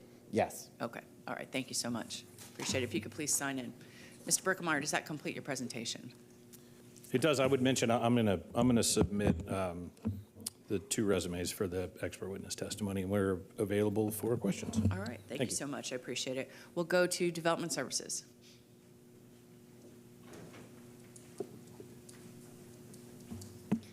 Good evening, Caroline Peddle, Development Services. Again, PD 24-1261. The applicant is requesting to rezone 17.96 acres from AR to PD to allow for 63-unit single-family residential development. The proposal has 2 areas. Area 1 has an existing single-family dwelling unit that will utilize ASC 1 development standards, while Area B will have the remaining 62 single-family dwelling units with a minimum lot size of 5,500 square feet. The planned development is located between North Taylor Road and North Parsons Avenue to the north of West Old Hillsborough Avenue, in an area comprised primarily of single-family residential uses at various lot sizes. The adjacent parcel to the south is zoned AR with the use of a private school. The surrounding properties are zoned RSC2, RSC3, RSC4, AC1, AS1, AR, and PD approved for residential uses. The subject property has a future land use designation of Res 4, as well as all surrounding properties. The project is limited to 63 single-family dwelling units with a community gathering area in the southeastern corner of the PD. Area A, with the existing single-family dwelling unit, is secluded from the rest of the PD and will continue to gain access from North Taylor Road, while the remaining 62 dwelling units in Area B will have access from North Parsons Avenue, with a pedestrian, bike, and emergency access onto North Taylor Road. The PD will provide buffer and screening along the southern property line adjacent to the private school. Additionally, a 6-foot fence will be provided along the entire length of North Parsons Avenue, across the entire northern property lines, and along the western property lines, stopping at the southern corner of folio 63314. .1000. The proposed lot size is comparable to the RSC9 standard zoning district, and density will be limited to 4 units per acre. The general area is developed with a variety of densities and lot sizes, which include properties to the north, zoned RSC9, and PD zone properties permitting lot sizes under 5,000 square feet. Parsons Avenue and along the eastern and Taylor Road along the western separate the majority of the property from the western and eastern developed parcels. I'm going to pull over this plan. We have it over here already. Just to reiterate this, there was a revision made where there was a condition added so that there's a 6-foot fence along the North Parsons Avenue, the northern property lines, and then this portion of the western property line. And I will be submitting a revised staff report to include this portion of the northern property line for the 6-foot fence. I see. Okay. So then, based on the future land use classifications, surrounding zoning development patterns, and the proposed use, staff finds the request approvable subject to conditions. That concludes my presentation. All right, thank you so much. I appreciate You're it. welcome. Planning Commission. Alexis Myers, Planning Commission staff. The subject property is in the residential 4 future land use category. The site is in the urban service area and within the limits of the Seffner Mango Community Plan. With 18 acres, the subject site could consider up to 71 dwelling units. The proposed total of 63 units is within the density limits of the Res 4 category and therefore meets Objective A and its associated policies. The proposal is also consistent with Objective 16.2 and 16.3 as it provides an adequate transition of density and intensity throughout the surrounding area.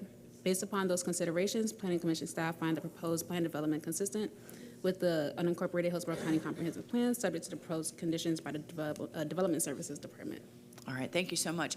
I meant to go back to, because I brought it up, Mr. Perez of the county's transportation section, if he is available.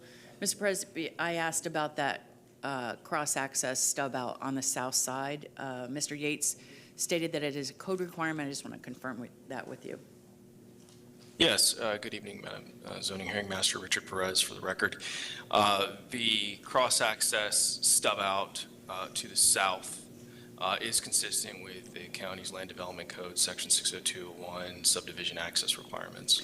And so that access would be required to connect under what circumstance? In the scenario that the property to the south were to redevelop as a subdivision, they would be required to reciprocate that connection. All right, thank you so much. I appreciate your testimony. All right, with that, then we'll go back to calling for anyone that would like to speak in support. Is there anyone in the room or online that would like to speak in support of this application? Yes, sir.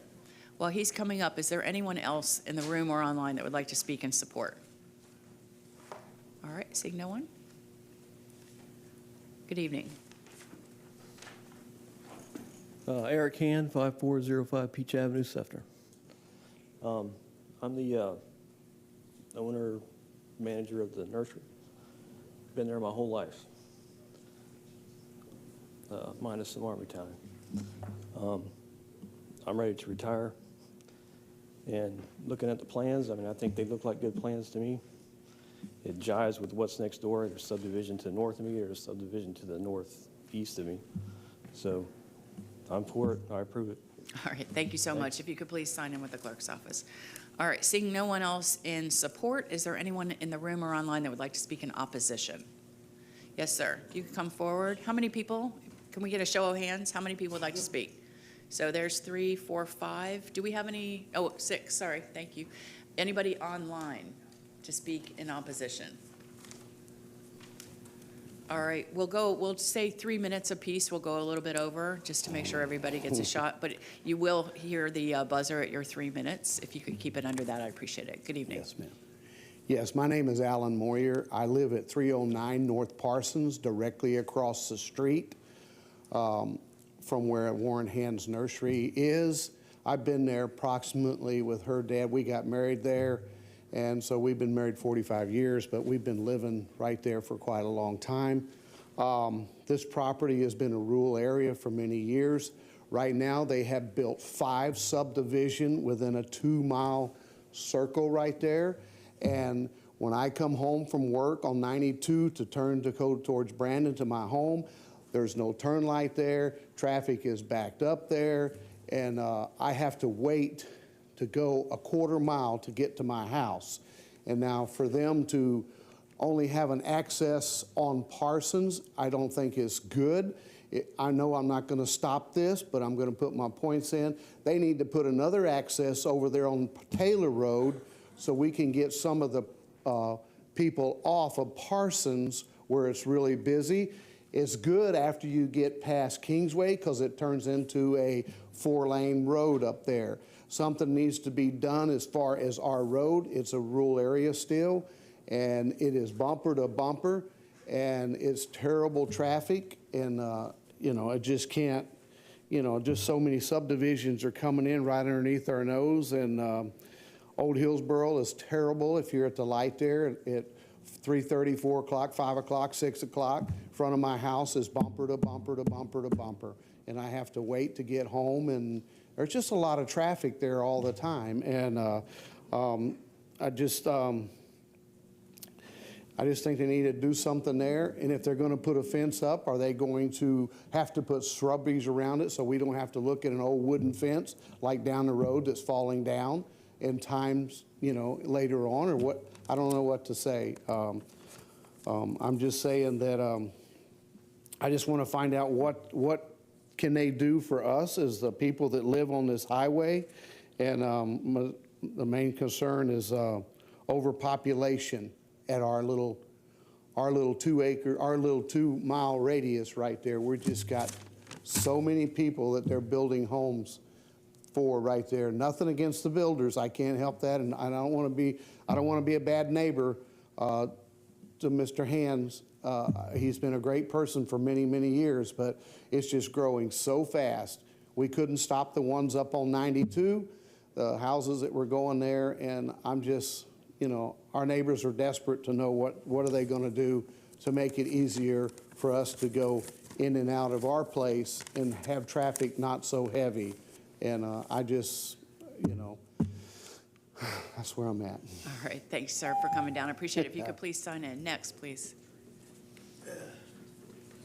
Good evening. Evening. My name is Steve Jakes, live at 403 North Taylor Road. My parents moved in that house 1937. I lived in that house my entire life. Don't no intention of dying anywhere else. I want to leave it to my son. And I want him to have a country home, just like I had, just like his mama had, just like his daddy had. And that is very near and dear to my heart. Now, I've heard a great deal. I don't understand all the way that you guys talk about the codes and all that sort of thing. Okay, fine. I don't understand that. What I do understand is that you got a big thing about compatibility.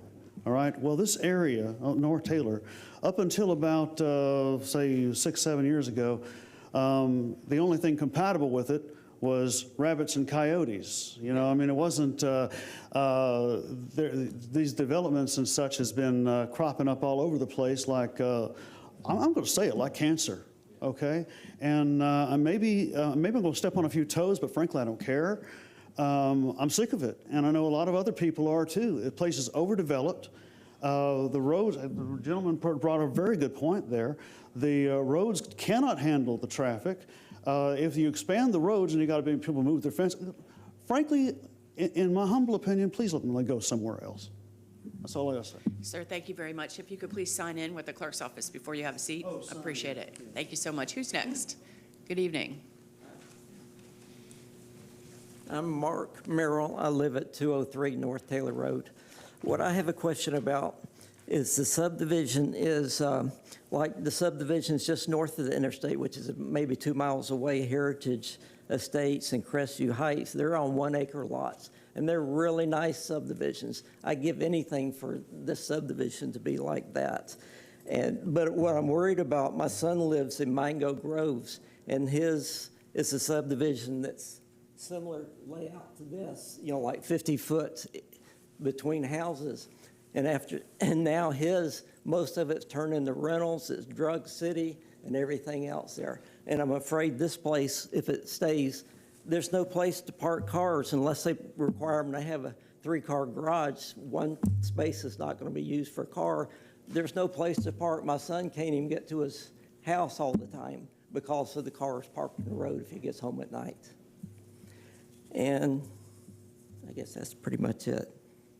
Let me think. Okay. All right, thank you for coming down. If you could please sign in. Next, please. Were there any other people who wanted to speak? Go ahead and come forward. Good evening. Hi.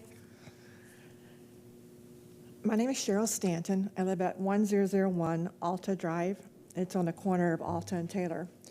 I represent some of the neighbors on Taylor Road, Alta Drive, and Phillips Drive. We've been communicating with Senior Forward Planner Steve Beachy regarding our concerns for the proposed project. We are familiar with the Hillsborough County Comprehensive Plan for the Seffner-Mango area and understand that growth and new subdivisions are inevitable. However, we also would like to minimize the impact for the surrounding existing homeowners. One of our concerns is the retention pond. We understand a retention pond will be along Taylor Road for this subdivision. We are in agreement with that. We do not want a PVC fence along the retention pond. We would like the area to remain open and to match the feel of the rest of the neighborhood, which is of open space and kind of woodsy. We're also requesting a boundary fence, which I think they've agreed to and spoke to already. A 6-foot PVC boundary fence for the houses that will abut, which are 321 and 327 Taylor Road properties. Another concern is the ingress and egress. We are opposed to any ingress and egress to the subdivision via Taylor Road. An ingress and egress to the subdivision should be from Parsons only. Taylor Road is a substandard road, and it's a connector road. Parsons is a wider road and handles more traffic more efficiently. Taylor Road has 2 cemeteries on it, one at Taylor Road and MLK and another one about a mile down. So because of these 2 cemeteries, it would be difficult to widen Taylor Road to accommodate more traffic. Additionally, we're opposed to widening the road as it would impact our yards and our property values. We're also concerned about the flooding. I do have a couple of pictures. I don't know how to put this on here. I think it's upside down. There you go. Perfect. There we go. That's a picture of my house last summer. And admittedly, it was during Hurricane Milton or right after it. But it does happen quite often in the summer when we have our rainy season and our torrential rain coming down. There's currently a retention pond on the corner of Alta and Taylor that's a county-owned retention pond. And that pond does not contain all the water. It runs off and it runs into the street, and it ran halfway up my yard last year. And it does it quite often, not only just hurricane times. So I'm trying to show the flooding issues. Is that right side up? Yes. So it shows it in the road, where it's all through the road and flooded the road.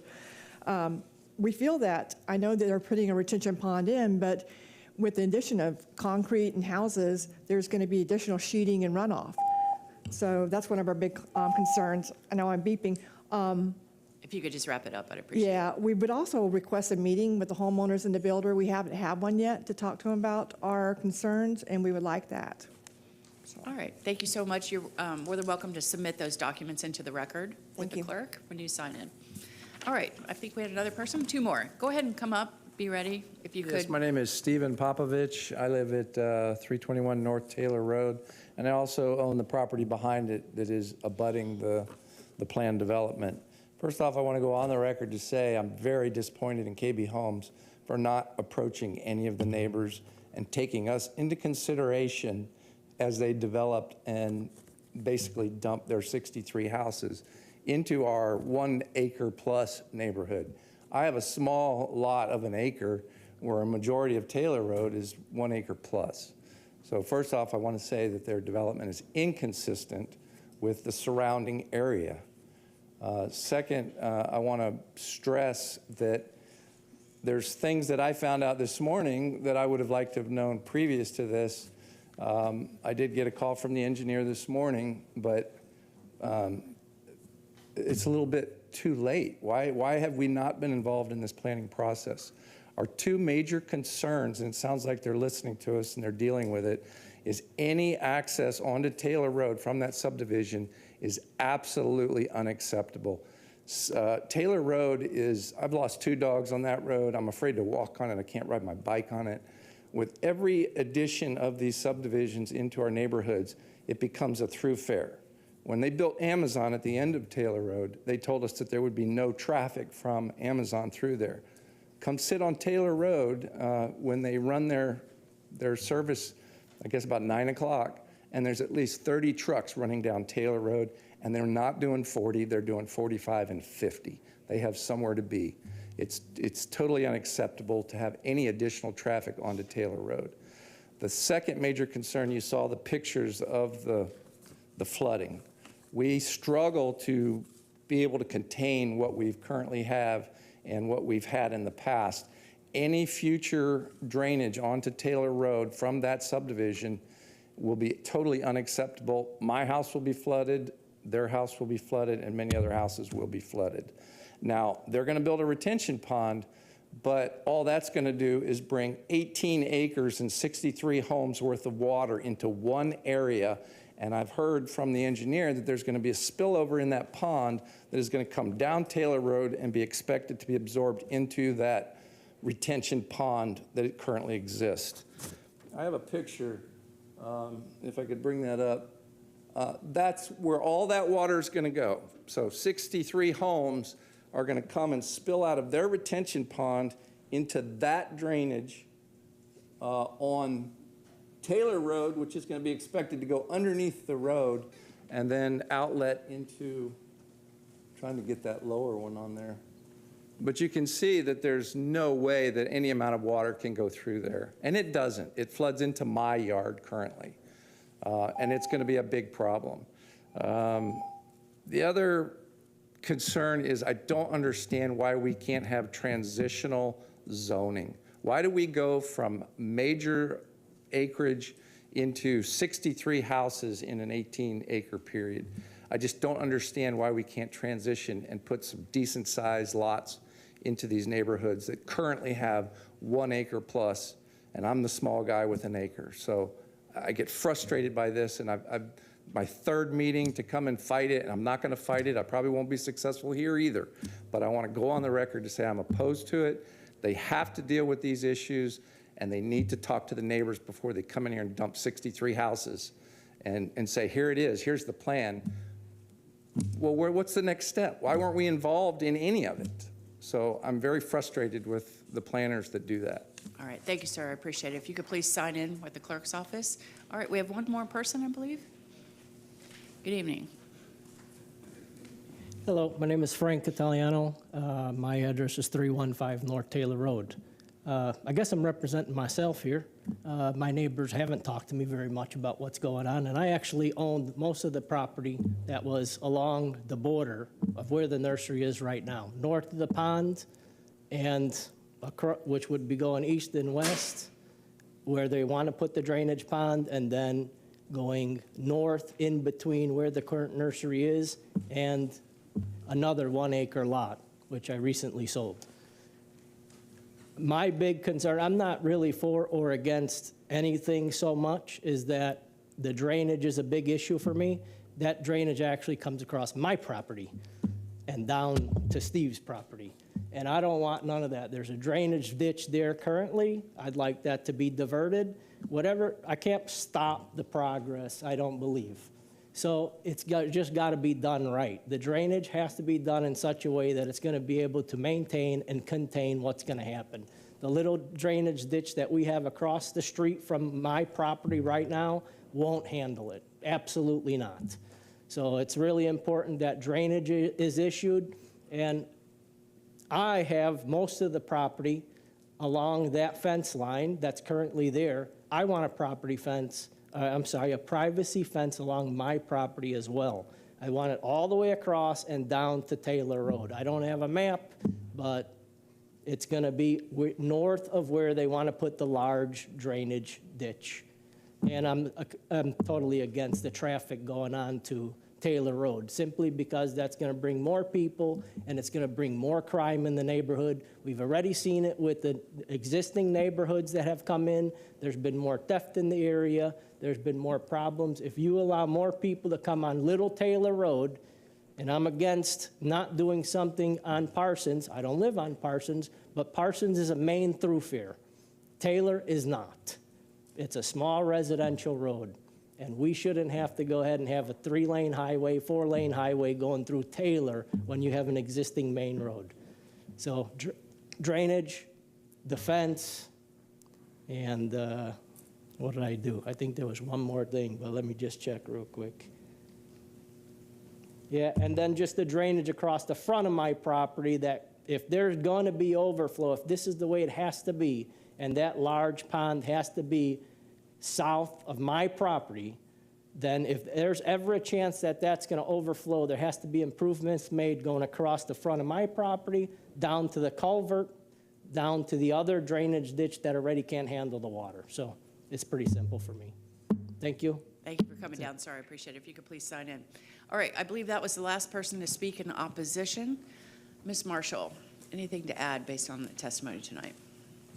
Nothing further. All right, and can you, just for the record, can you verify the applicant's requirements to follow the applicable drainage and access requirements and so forth that they will be required to do? Can you just give me a little blurb of that process? Sure. So if the rezoning was approved, they would still have to go through subdivision review. At that time, Stormwater would be one of the reviewers, and they would have to comply with all regulations. All right, thank you so much. I appreciate it. All right, we'll go to rebuttal. Mr. Brickmeyer, you have 5 minutes. Thank you.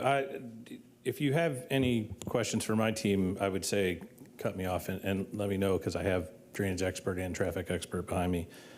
Just jotting down a couple things I heard. Talking about the fence really quickly. Ms. Stanton said she wanted the pond to be open. The adjacent neighbors have all asked us to put a fence up. That's where we've been sort of piecemeal adding fence. The original staff report, it was open because we were leaving it open. At this point, we're sort of deferring to the immediate neighbors who are asking. I mean, you know, the last one you heard owns the notch out that we added tonight. Somebody stole my plan. Can I have that plan?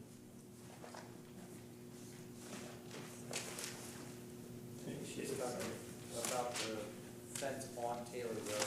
We can't have commentary from the audience, sir. I'm sorry, that's not allowed. Go ahead, Mr. Brickmeyer.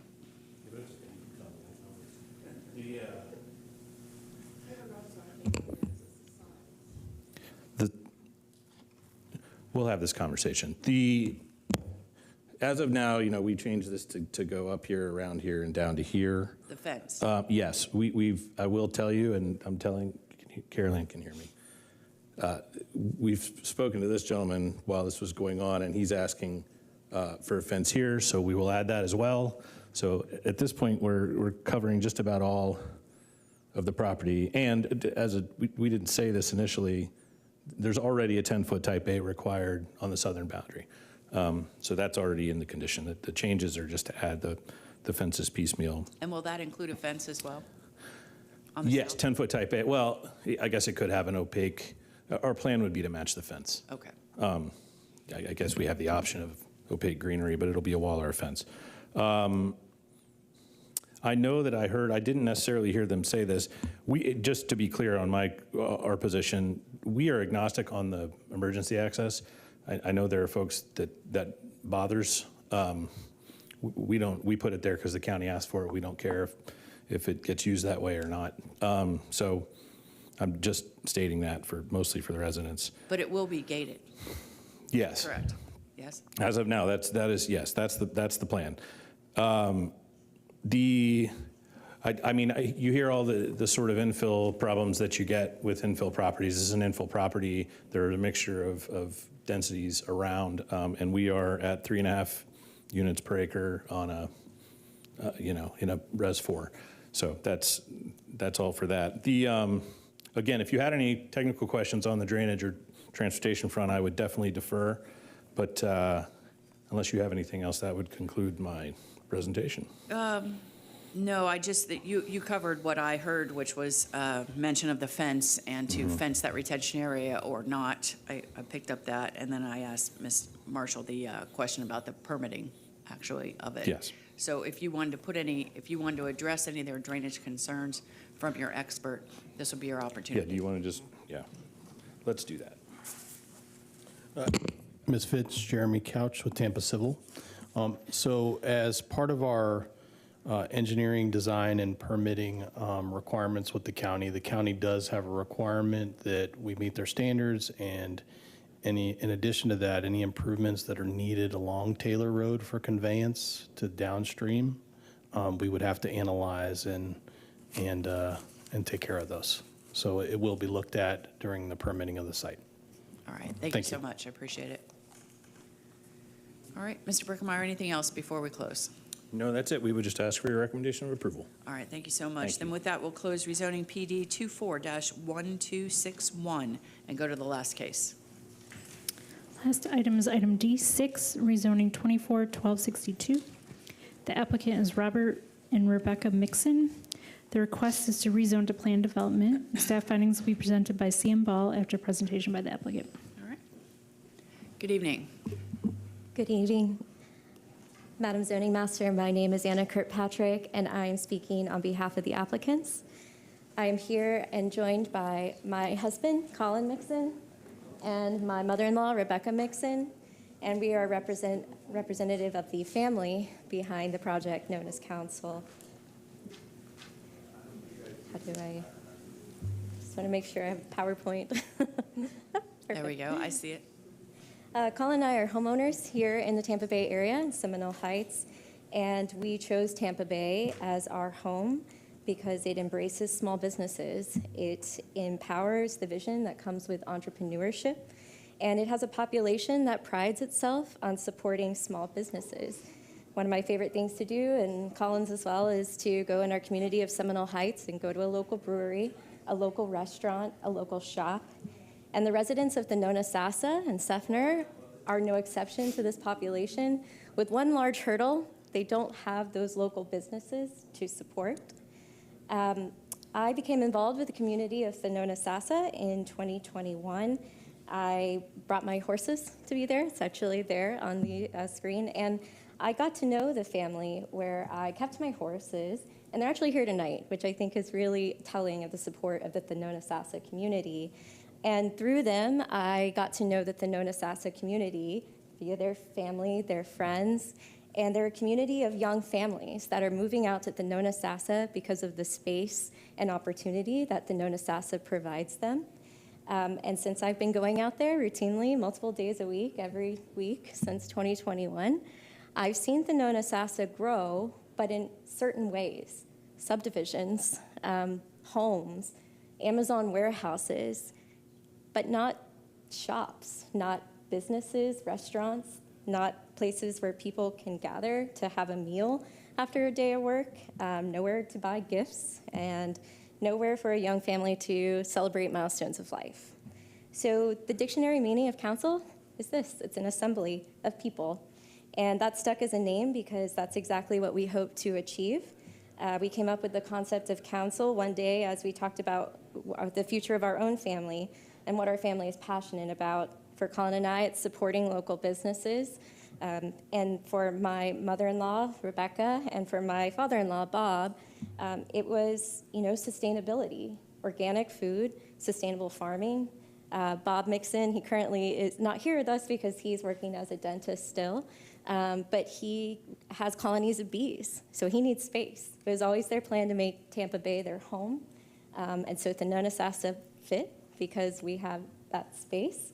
And so ultimately, a vision materialized, a family business where the growing communities of Seffner and the Nonasassa could gather, eat, support local, and council, as presented to the council, will be an organic farm, a retail market, and a restaurant.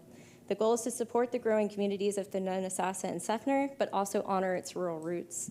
I trust that via the testimony that will be presented by my expert, Steven Sposato, that you will come away with the understanding as to how council will enhance the quality of life for the residents and business owners of the Nonasassa while maintaining respect for the still rural nature of the growing community. And hopefully the record is also reflected of that via correspondence from Nonasassa residents as well as individuals here in attendance. And thank you, and I turn my time over to Steven Sposato. Thank you so much. Good evening. Good evening. Thank you, Anna. Again, my name is Steven Sposato, certified planner with Level Up Consulting. Here also is Ali Atefi. Here. He is with Links and Associates and is available to answer questions regarding transportation. Okay. My presentation will mostly address the findings, several findings of the Planning Commission that we disagree. In addition to a project overview, I'll kind of focus on three areas. The first is the adjacent area and the appropriateness of the proposal generally. The staff report from the Planning Commission, in my opinion, oversimplified. The area is predominantly residential, public, and quasi-institutional. I think that, again, oversimplifies sort of the complexity and the diversity which is found nearby. And I think that finding has led to a wrong conclusion generally in their staff report. Second is compatibility, and from the initial due diligence, my initial meetings with the family and working with the staff, we understood that compatibility was a significant concern, and I think the presentation will make it evident that we are compatible. Third is commercial location. The project site is at the intersection of two collectors, and we are proposing a relatively small concentration of commercial, and most importantly, it's integrated into the predominant agricultural use of the property. Here's the location of the property, again, at the intersection of Taylor and Pruitt. It's in the Thonotasa planning community, and it's nearby an interchange at I-4 with Mango Road. This is a kind of a blow-up of the PD site plan. We proposed two pods, Pod A and Pod B, to define the design intent, both in terms of compatibility and transparency.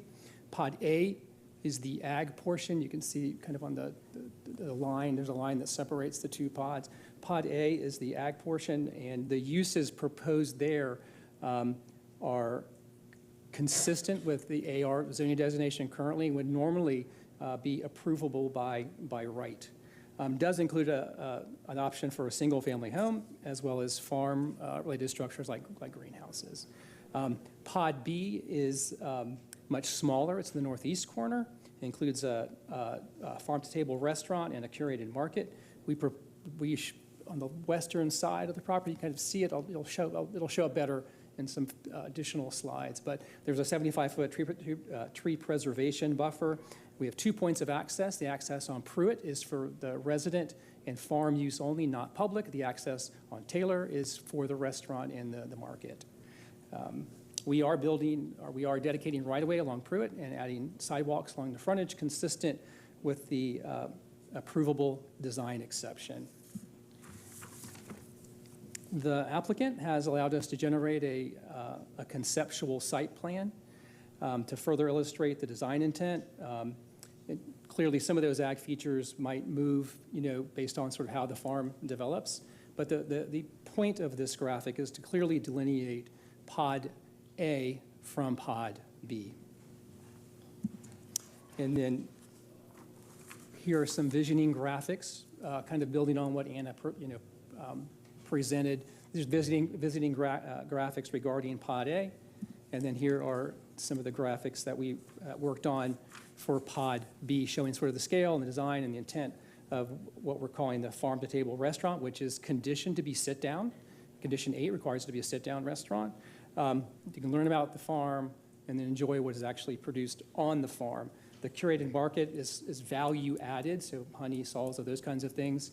And then crafts, and it also provides a venue for other like-minded people in the vicinity to be able to market and sell what they produce. I think this is, a sort of a key thing for us in terms of compatibility and the appropriateness of what is proposed. If you read through the goals, we're aligned. And I think, in fact, we're not just aligned, we're almost like tailored exactly of what the plan is providing for. It's a small business with entrepreneurial focus. It provides a tangible gathering space for the community. It maintains the rural character, but there's a balance of uses. It demonstrates environmental stewardship, and then the last one, difficult to quantify, reputation and pride, but I think you know it when you see it, and this is it.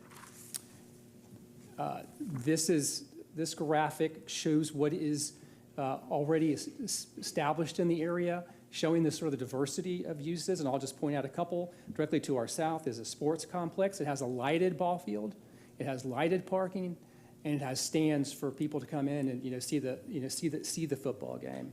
Mako Soils, and that's number 2. Number 1 is Mako Soils to the northwest. It's a substantial active recycling facility, and then further to the east is a large paintball park, which is 6, and the Cove, which is a water sports park. We did a little inventory of ag-supported commercial projects also in the vicinity, and it again shows kind of the layering and the complexity of the area that we're proposing this use. And really the purpose of the intent of these couple slides is to show why what we're proposing fits where we're proposing to locate it. In terms of compatibility, I think this is significant. Again, the design was sensitive to the adjacent single-family homes. There's that buffer, and there's the pod. Again, Pod A is completely adjacent to the western boundary. The closest, at the most narrow point, Pod B is 270 feet from our western boundary. And those uses, again, are farm-related and preservation, and then a home as well. Okay. In terms of the waiver justification, our staff report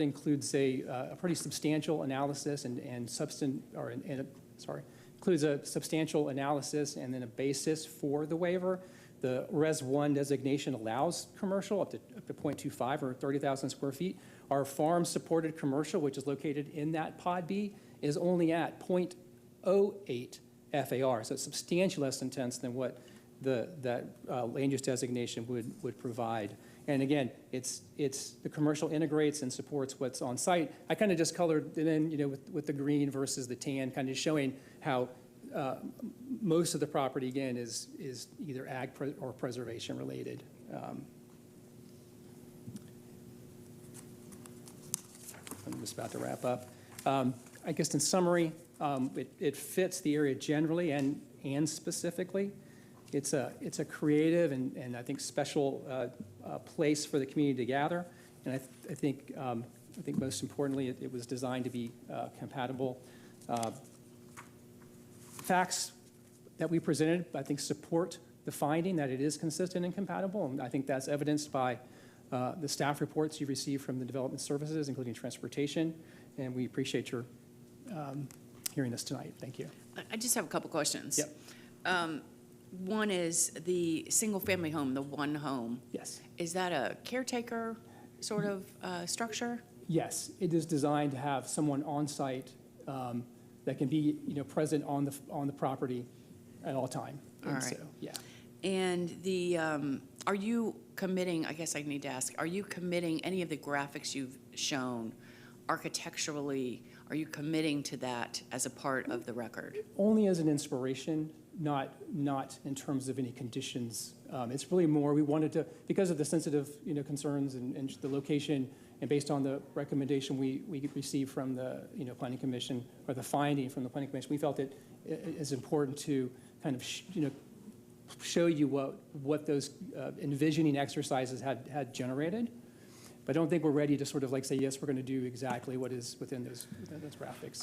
Have you contemplated committing to any architectural standards that would lend itself to an agricultural sort of feel of the buildings? I might want to have a quick discussion with Anna, but the thematically, you can see in those photographs, they were like a Quonset, which is similar to an ag sort of building. And I think, let me see, right there, on that page, you see that? Yeah, I mean, that is thematically what they're proposing, but I wouldn't want to, I would say that, and, are you, I guess, comfortable with sort of committing to a similar or? We could keep it in the same theme. The house we're putting on is a farmhouse build, so we want to keep the theme the same. Yeah, so I think, without having, construction like at that point, because really I think the initial phase, the initial goal is to get the farm and the house established, and then would go to the commercial portion. But I think we're committing to a scale that's appropriate to what we're proposing. Does that answer? It does. Thank you. Okay. I appreciate it. Yep. And I didn't have any other questions. I did see in the record there's a number of letters of support. Yes. Filed in the county's record. So I did read those, and I think that's it. Thank you very much. Thank you. Please sign in. Yep. All right, Development Services. Good evening. Good evening. Sam Ball of Hillsborough County Development Services. The applicant is requesting to rezone a 9.2 acre property from agricultural rural to planned development to allow for an agricultural, commercial, residential mixed-use development. The subject property is currently developed for single-family use and is located at the southwest intersection of Pruitt Road and Taylor Road. Many of the properties in the area are zoned and developed for agricultural and rural single-family use. Other uses in the area include a 19.7 acre public park directly to the south, an elementary school to the east, a 40 acre paintball park to the east, a yard waste composting facility to the west, and a county-owned Hillsborough Height Collection Center and Household Hazardous Waste Collection Center. If this planned development is approved, the site would be divided into development pods A and B. Pod B would cover 2.48 acres of the northeast portion of the property. The allowable uses would include agricultural stands, which would also allow for the farmer's market. Alcoholic beverages would have to go through the conditional use and special use requirements of the LDC.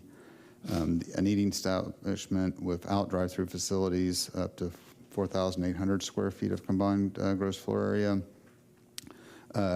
Craft and food product sales, a microbrewery, which would have to meet the LDC section 611-128. Passive and recreational seasonal, passive recreation and seasonal sales, which is, there's a condition of approval geared towards that. Pod A would cover the remaining 6.74 acres. Allowable uses would be agricultural equipment storage and agricultural manufacturing. Agricultural stands, which would also allow for the farmer's market. The agricultural-related structures would be limited to 19,000 square feet of gross floor area. Animal production, types 1 and 2, beekeeping, private stables, passive recreation, and the seasonal sales lot. One single-family residence would also be allowed, but it'd have to be at least 1 acre and have 100 square feet of frontage, or excuse me, 100 lineal feet of frontage along the Pruitt Road. The total gross floor area for the PD would be limited to 30,000 square feet. Development standards would include a 75-foot wide natural buffer along the property line to the west, 20-foot type B buffers along the northeast and south property lines.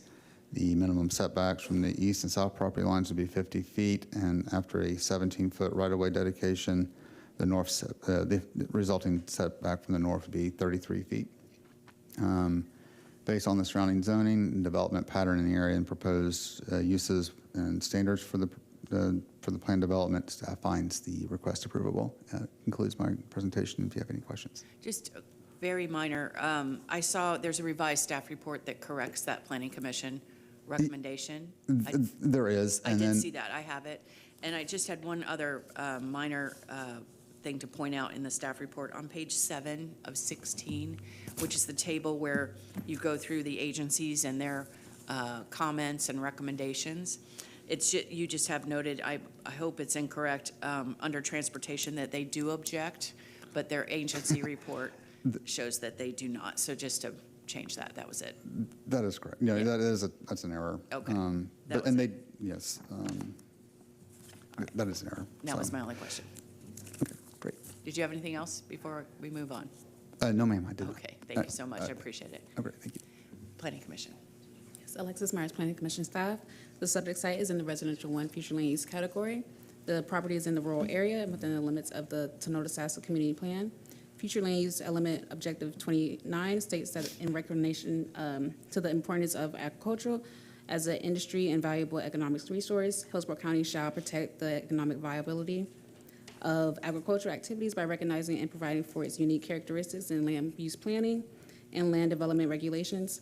Agricultural and agricultural support uses are the preferred uses in rural areas. While the agricultural uses are considered in the area, the proposed commercial uses do not meet commercial locational criteria and present compatibility concerns. Based upon those considerations, Planning Commission staff finds the proposed plan development inconsistent with the unincorporated Hillsborough County Comprehensive Plan, subject to the proposed conditions by the Development Services Department. Thank you so much. I appreciate it. All right, we'll call for, at this time, we'll call for anyone who would like to speak in support. Anyone like testify in support? How many people do we have? Just 1, 2, 3? 3. Okay, we'll do 5 minutes apiece. Good evening. Hello. My name's Andrea Schultz. I live at 10335 Scully Road in Tonota-Sassa. As Anna had kind of talked about the feel of Tonota-Sassa, when you live there, it is a community. You meet your neighbors, you talk to your neighbors. The way Anna and I met is through a neighbor. The support letters are from the people in Tonota-Sassa saying that this is something that they want and is something that does support our community and what our community looks for and what we would like to see in Tonota-Sassa. So I know I'm also a local real estate agent. When I talk to clients, when people move into Tonota-Sassa, this is the kind of thing they want to see. They're like, where are the farmers markets? Where are the places to go to find the things of this rural area that people do make? The honey. There's no one centralized location that you can go to. And this presents such a beautiful opportunity for Thonotosassa to really represent what their rural aspects are. And so another thing is when you hear the word commercial, you know, to me in my field, a commercial or McDonald's and Applebee restaurants, that is not what this is projecting at all. And so I feel like the word commercial for this site really, it does not give it the benefit of what it's going to be and what it is for the community. So I hope that this is something that you will approve because it is definitely something that the people of Thonotosassa really want. Thank you for coming down. I appreciate it. Next, please.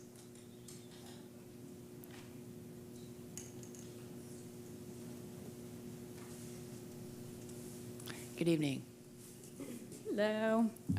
Chelsea Varney. I live at 10935 Scully Road. My property actually is on the corner of Scully and Taylor Road. So Taylor Road is, you know, a mile and a half down the road is where this property is going to be. We have a horse farm there. I've got 3 boys that I homeschool, and we have a large community of homeschoolers and lots of friends that are really in support of this. When I first heard about this, I was very excited to hear about something like this, where right now when we want to go to a restaurant or to go to a farmer's market or anything, we have to outsource to another city.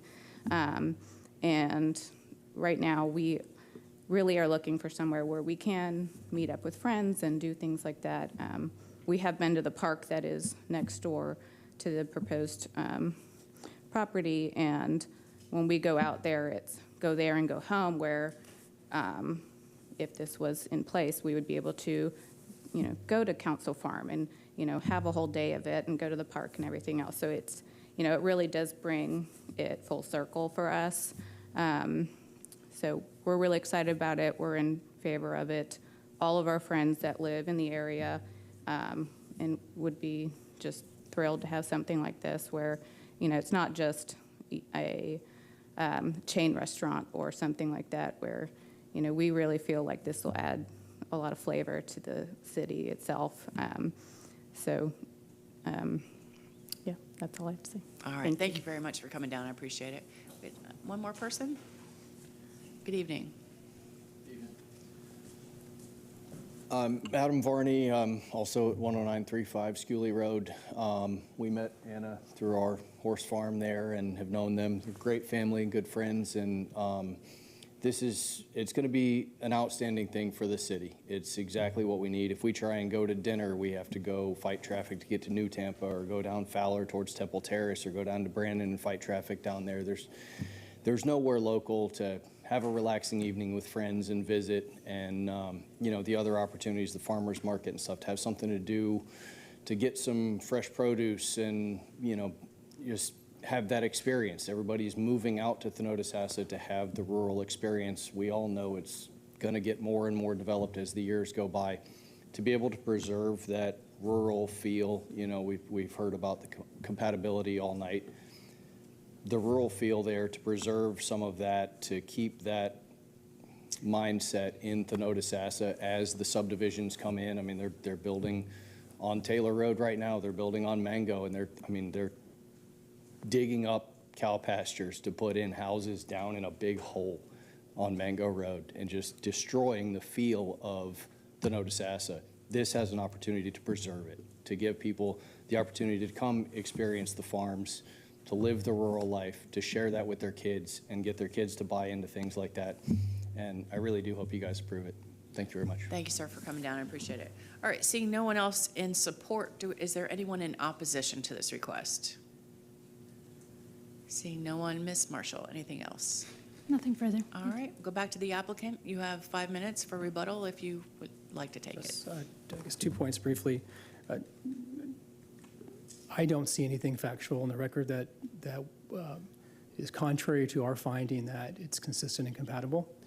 And then 2, I think we do, you know, by sharing these graphics, and I think just the importance of being sensitive to the, you know, to the area, we are agreeable that the architecture for the restaurant and the market be architecturally consistent with the ag context of the site. And so we just want to go on record saying that that is the design intent. Is that something that you would agree to a condition of some sort? And with Yeah, that as long as it language? doesn't, yeah, as long as it doesn't, as long as it's not specific to a building material or a specific type of design, I think the design intent is to be scale, and the feel of it should fit the agricultural context of the property. Well, then let me ask Ms. Marshall, because once we close this hearing, the record is Right. closed. So would you be comfortable taking a minute to try to craft some condition of language that you would be comfortable with and see if they would agree to it regarding that architectural feel of Yes. the building? Yes. All right. So then let's just take, we'll pause. I won't obviously close the hearing, but if we could have the planners work with Mr. Sposato, I'll get it, and see if we can craft a very simple condition that would be agreeable. Thank you. Yes, please.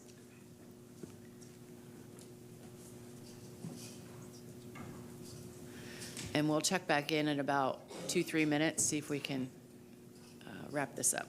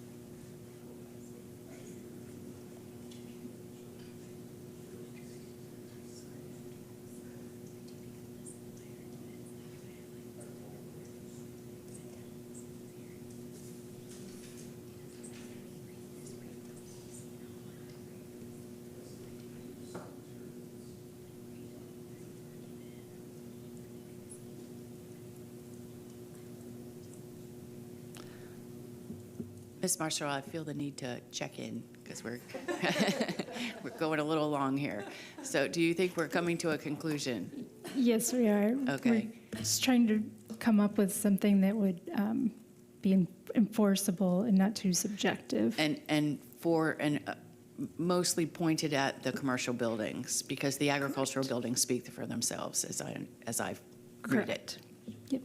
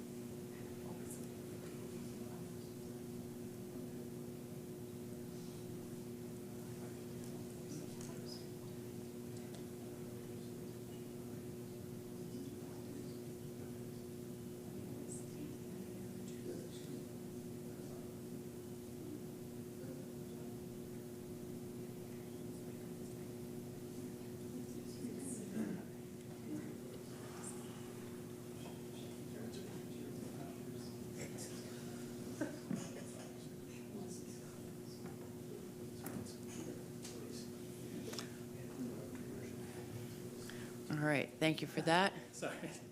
It's a lot of negotiations, and That's what. so I think we've come to an agreement. I'll make sure Colin and y'all here. So this is the additional condition would be commercial buildings in Pod B shall be constructed of materials and features consistent with agricultural buildings on site, including but not limited to Quonsets and barns. Okay. And everybody's agreeable to that from the staff and the applicant? All right. Okay. Thank you very much for letting us do Thank that. you. Appreciate it. Is there anything else you wanted to add before we close the hearing? Thank you very much. All right, thank you. I appreciate it. So with that, we'll close rezoning PD 24-1262 and adjourn the hearing. Thank you all for your time and testimony.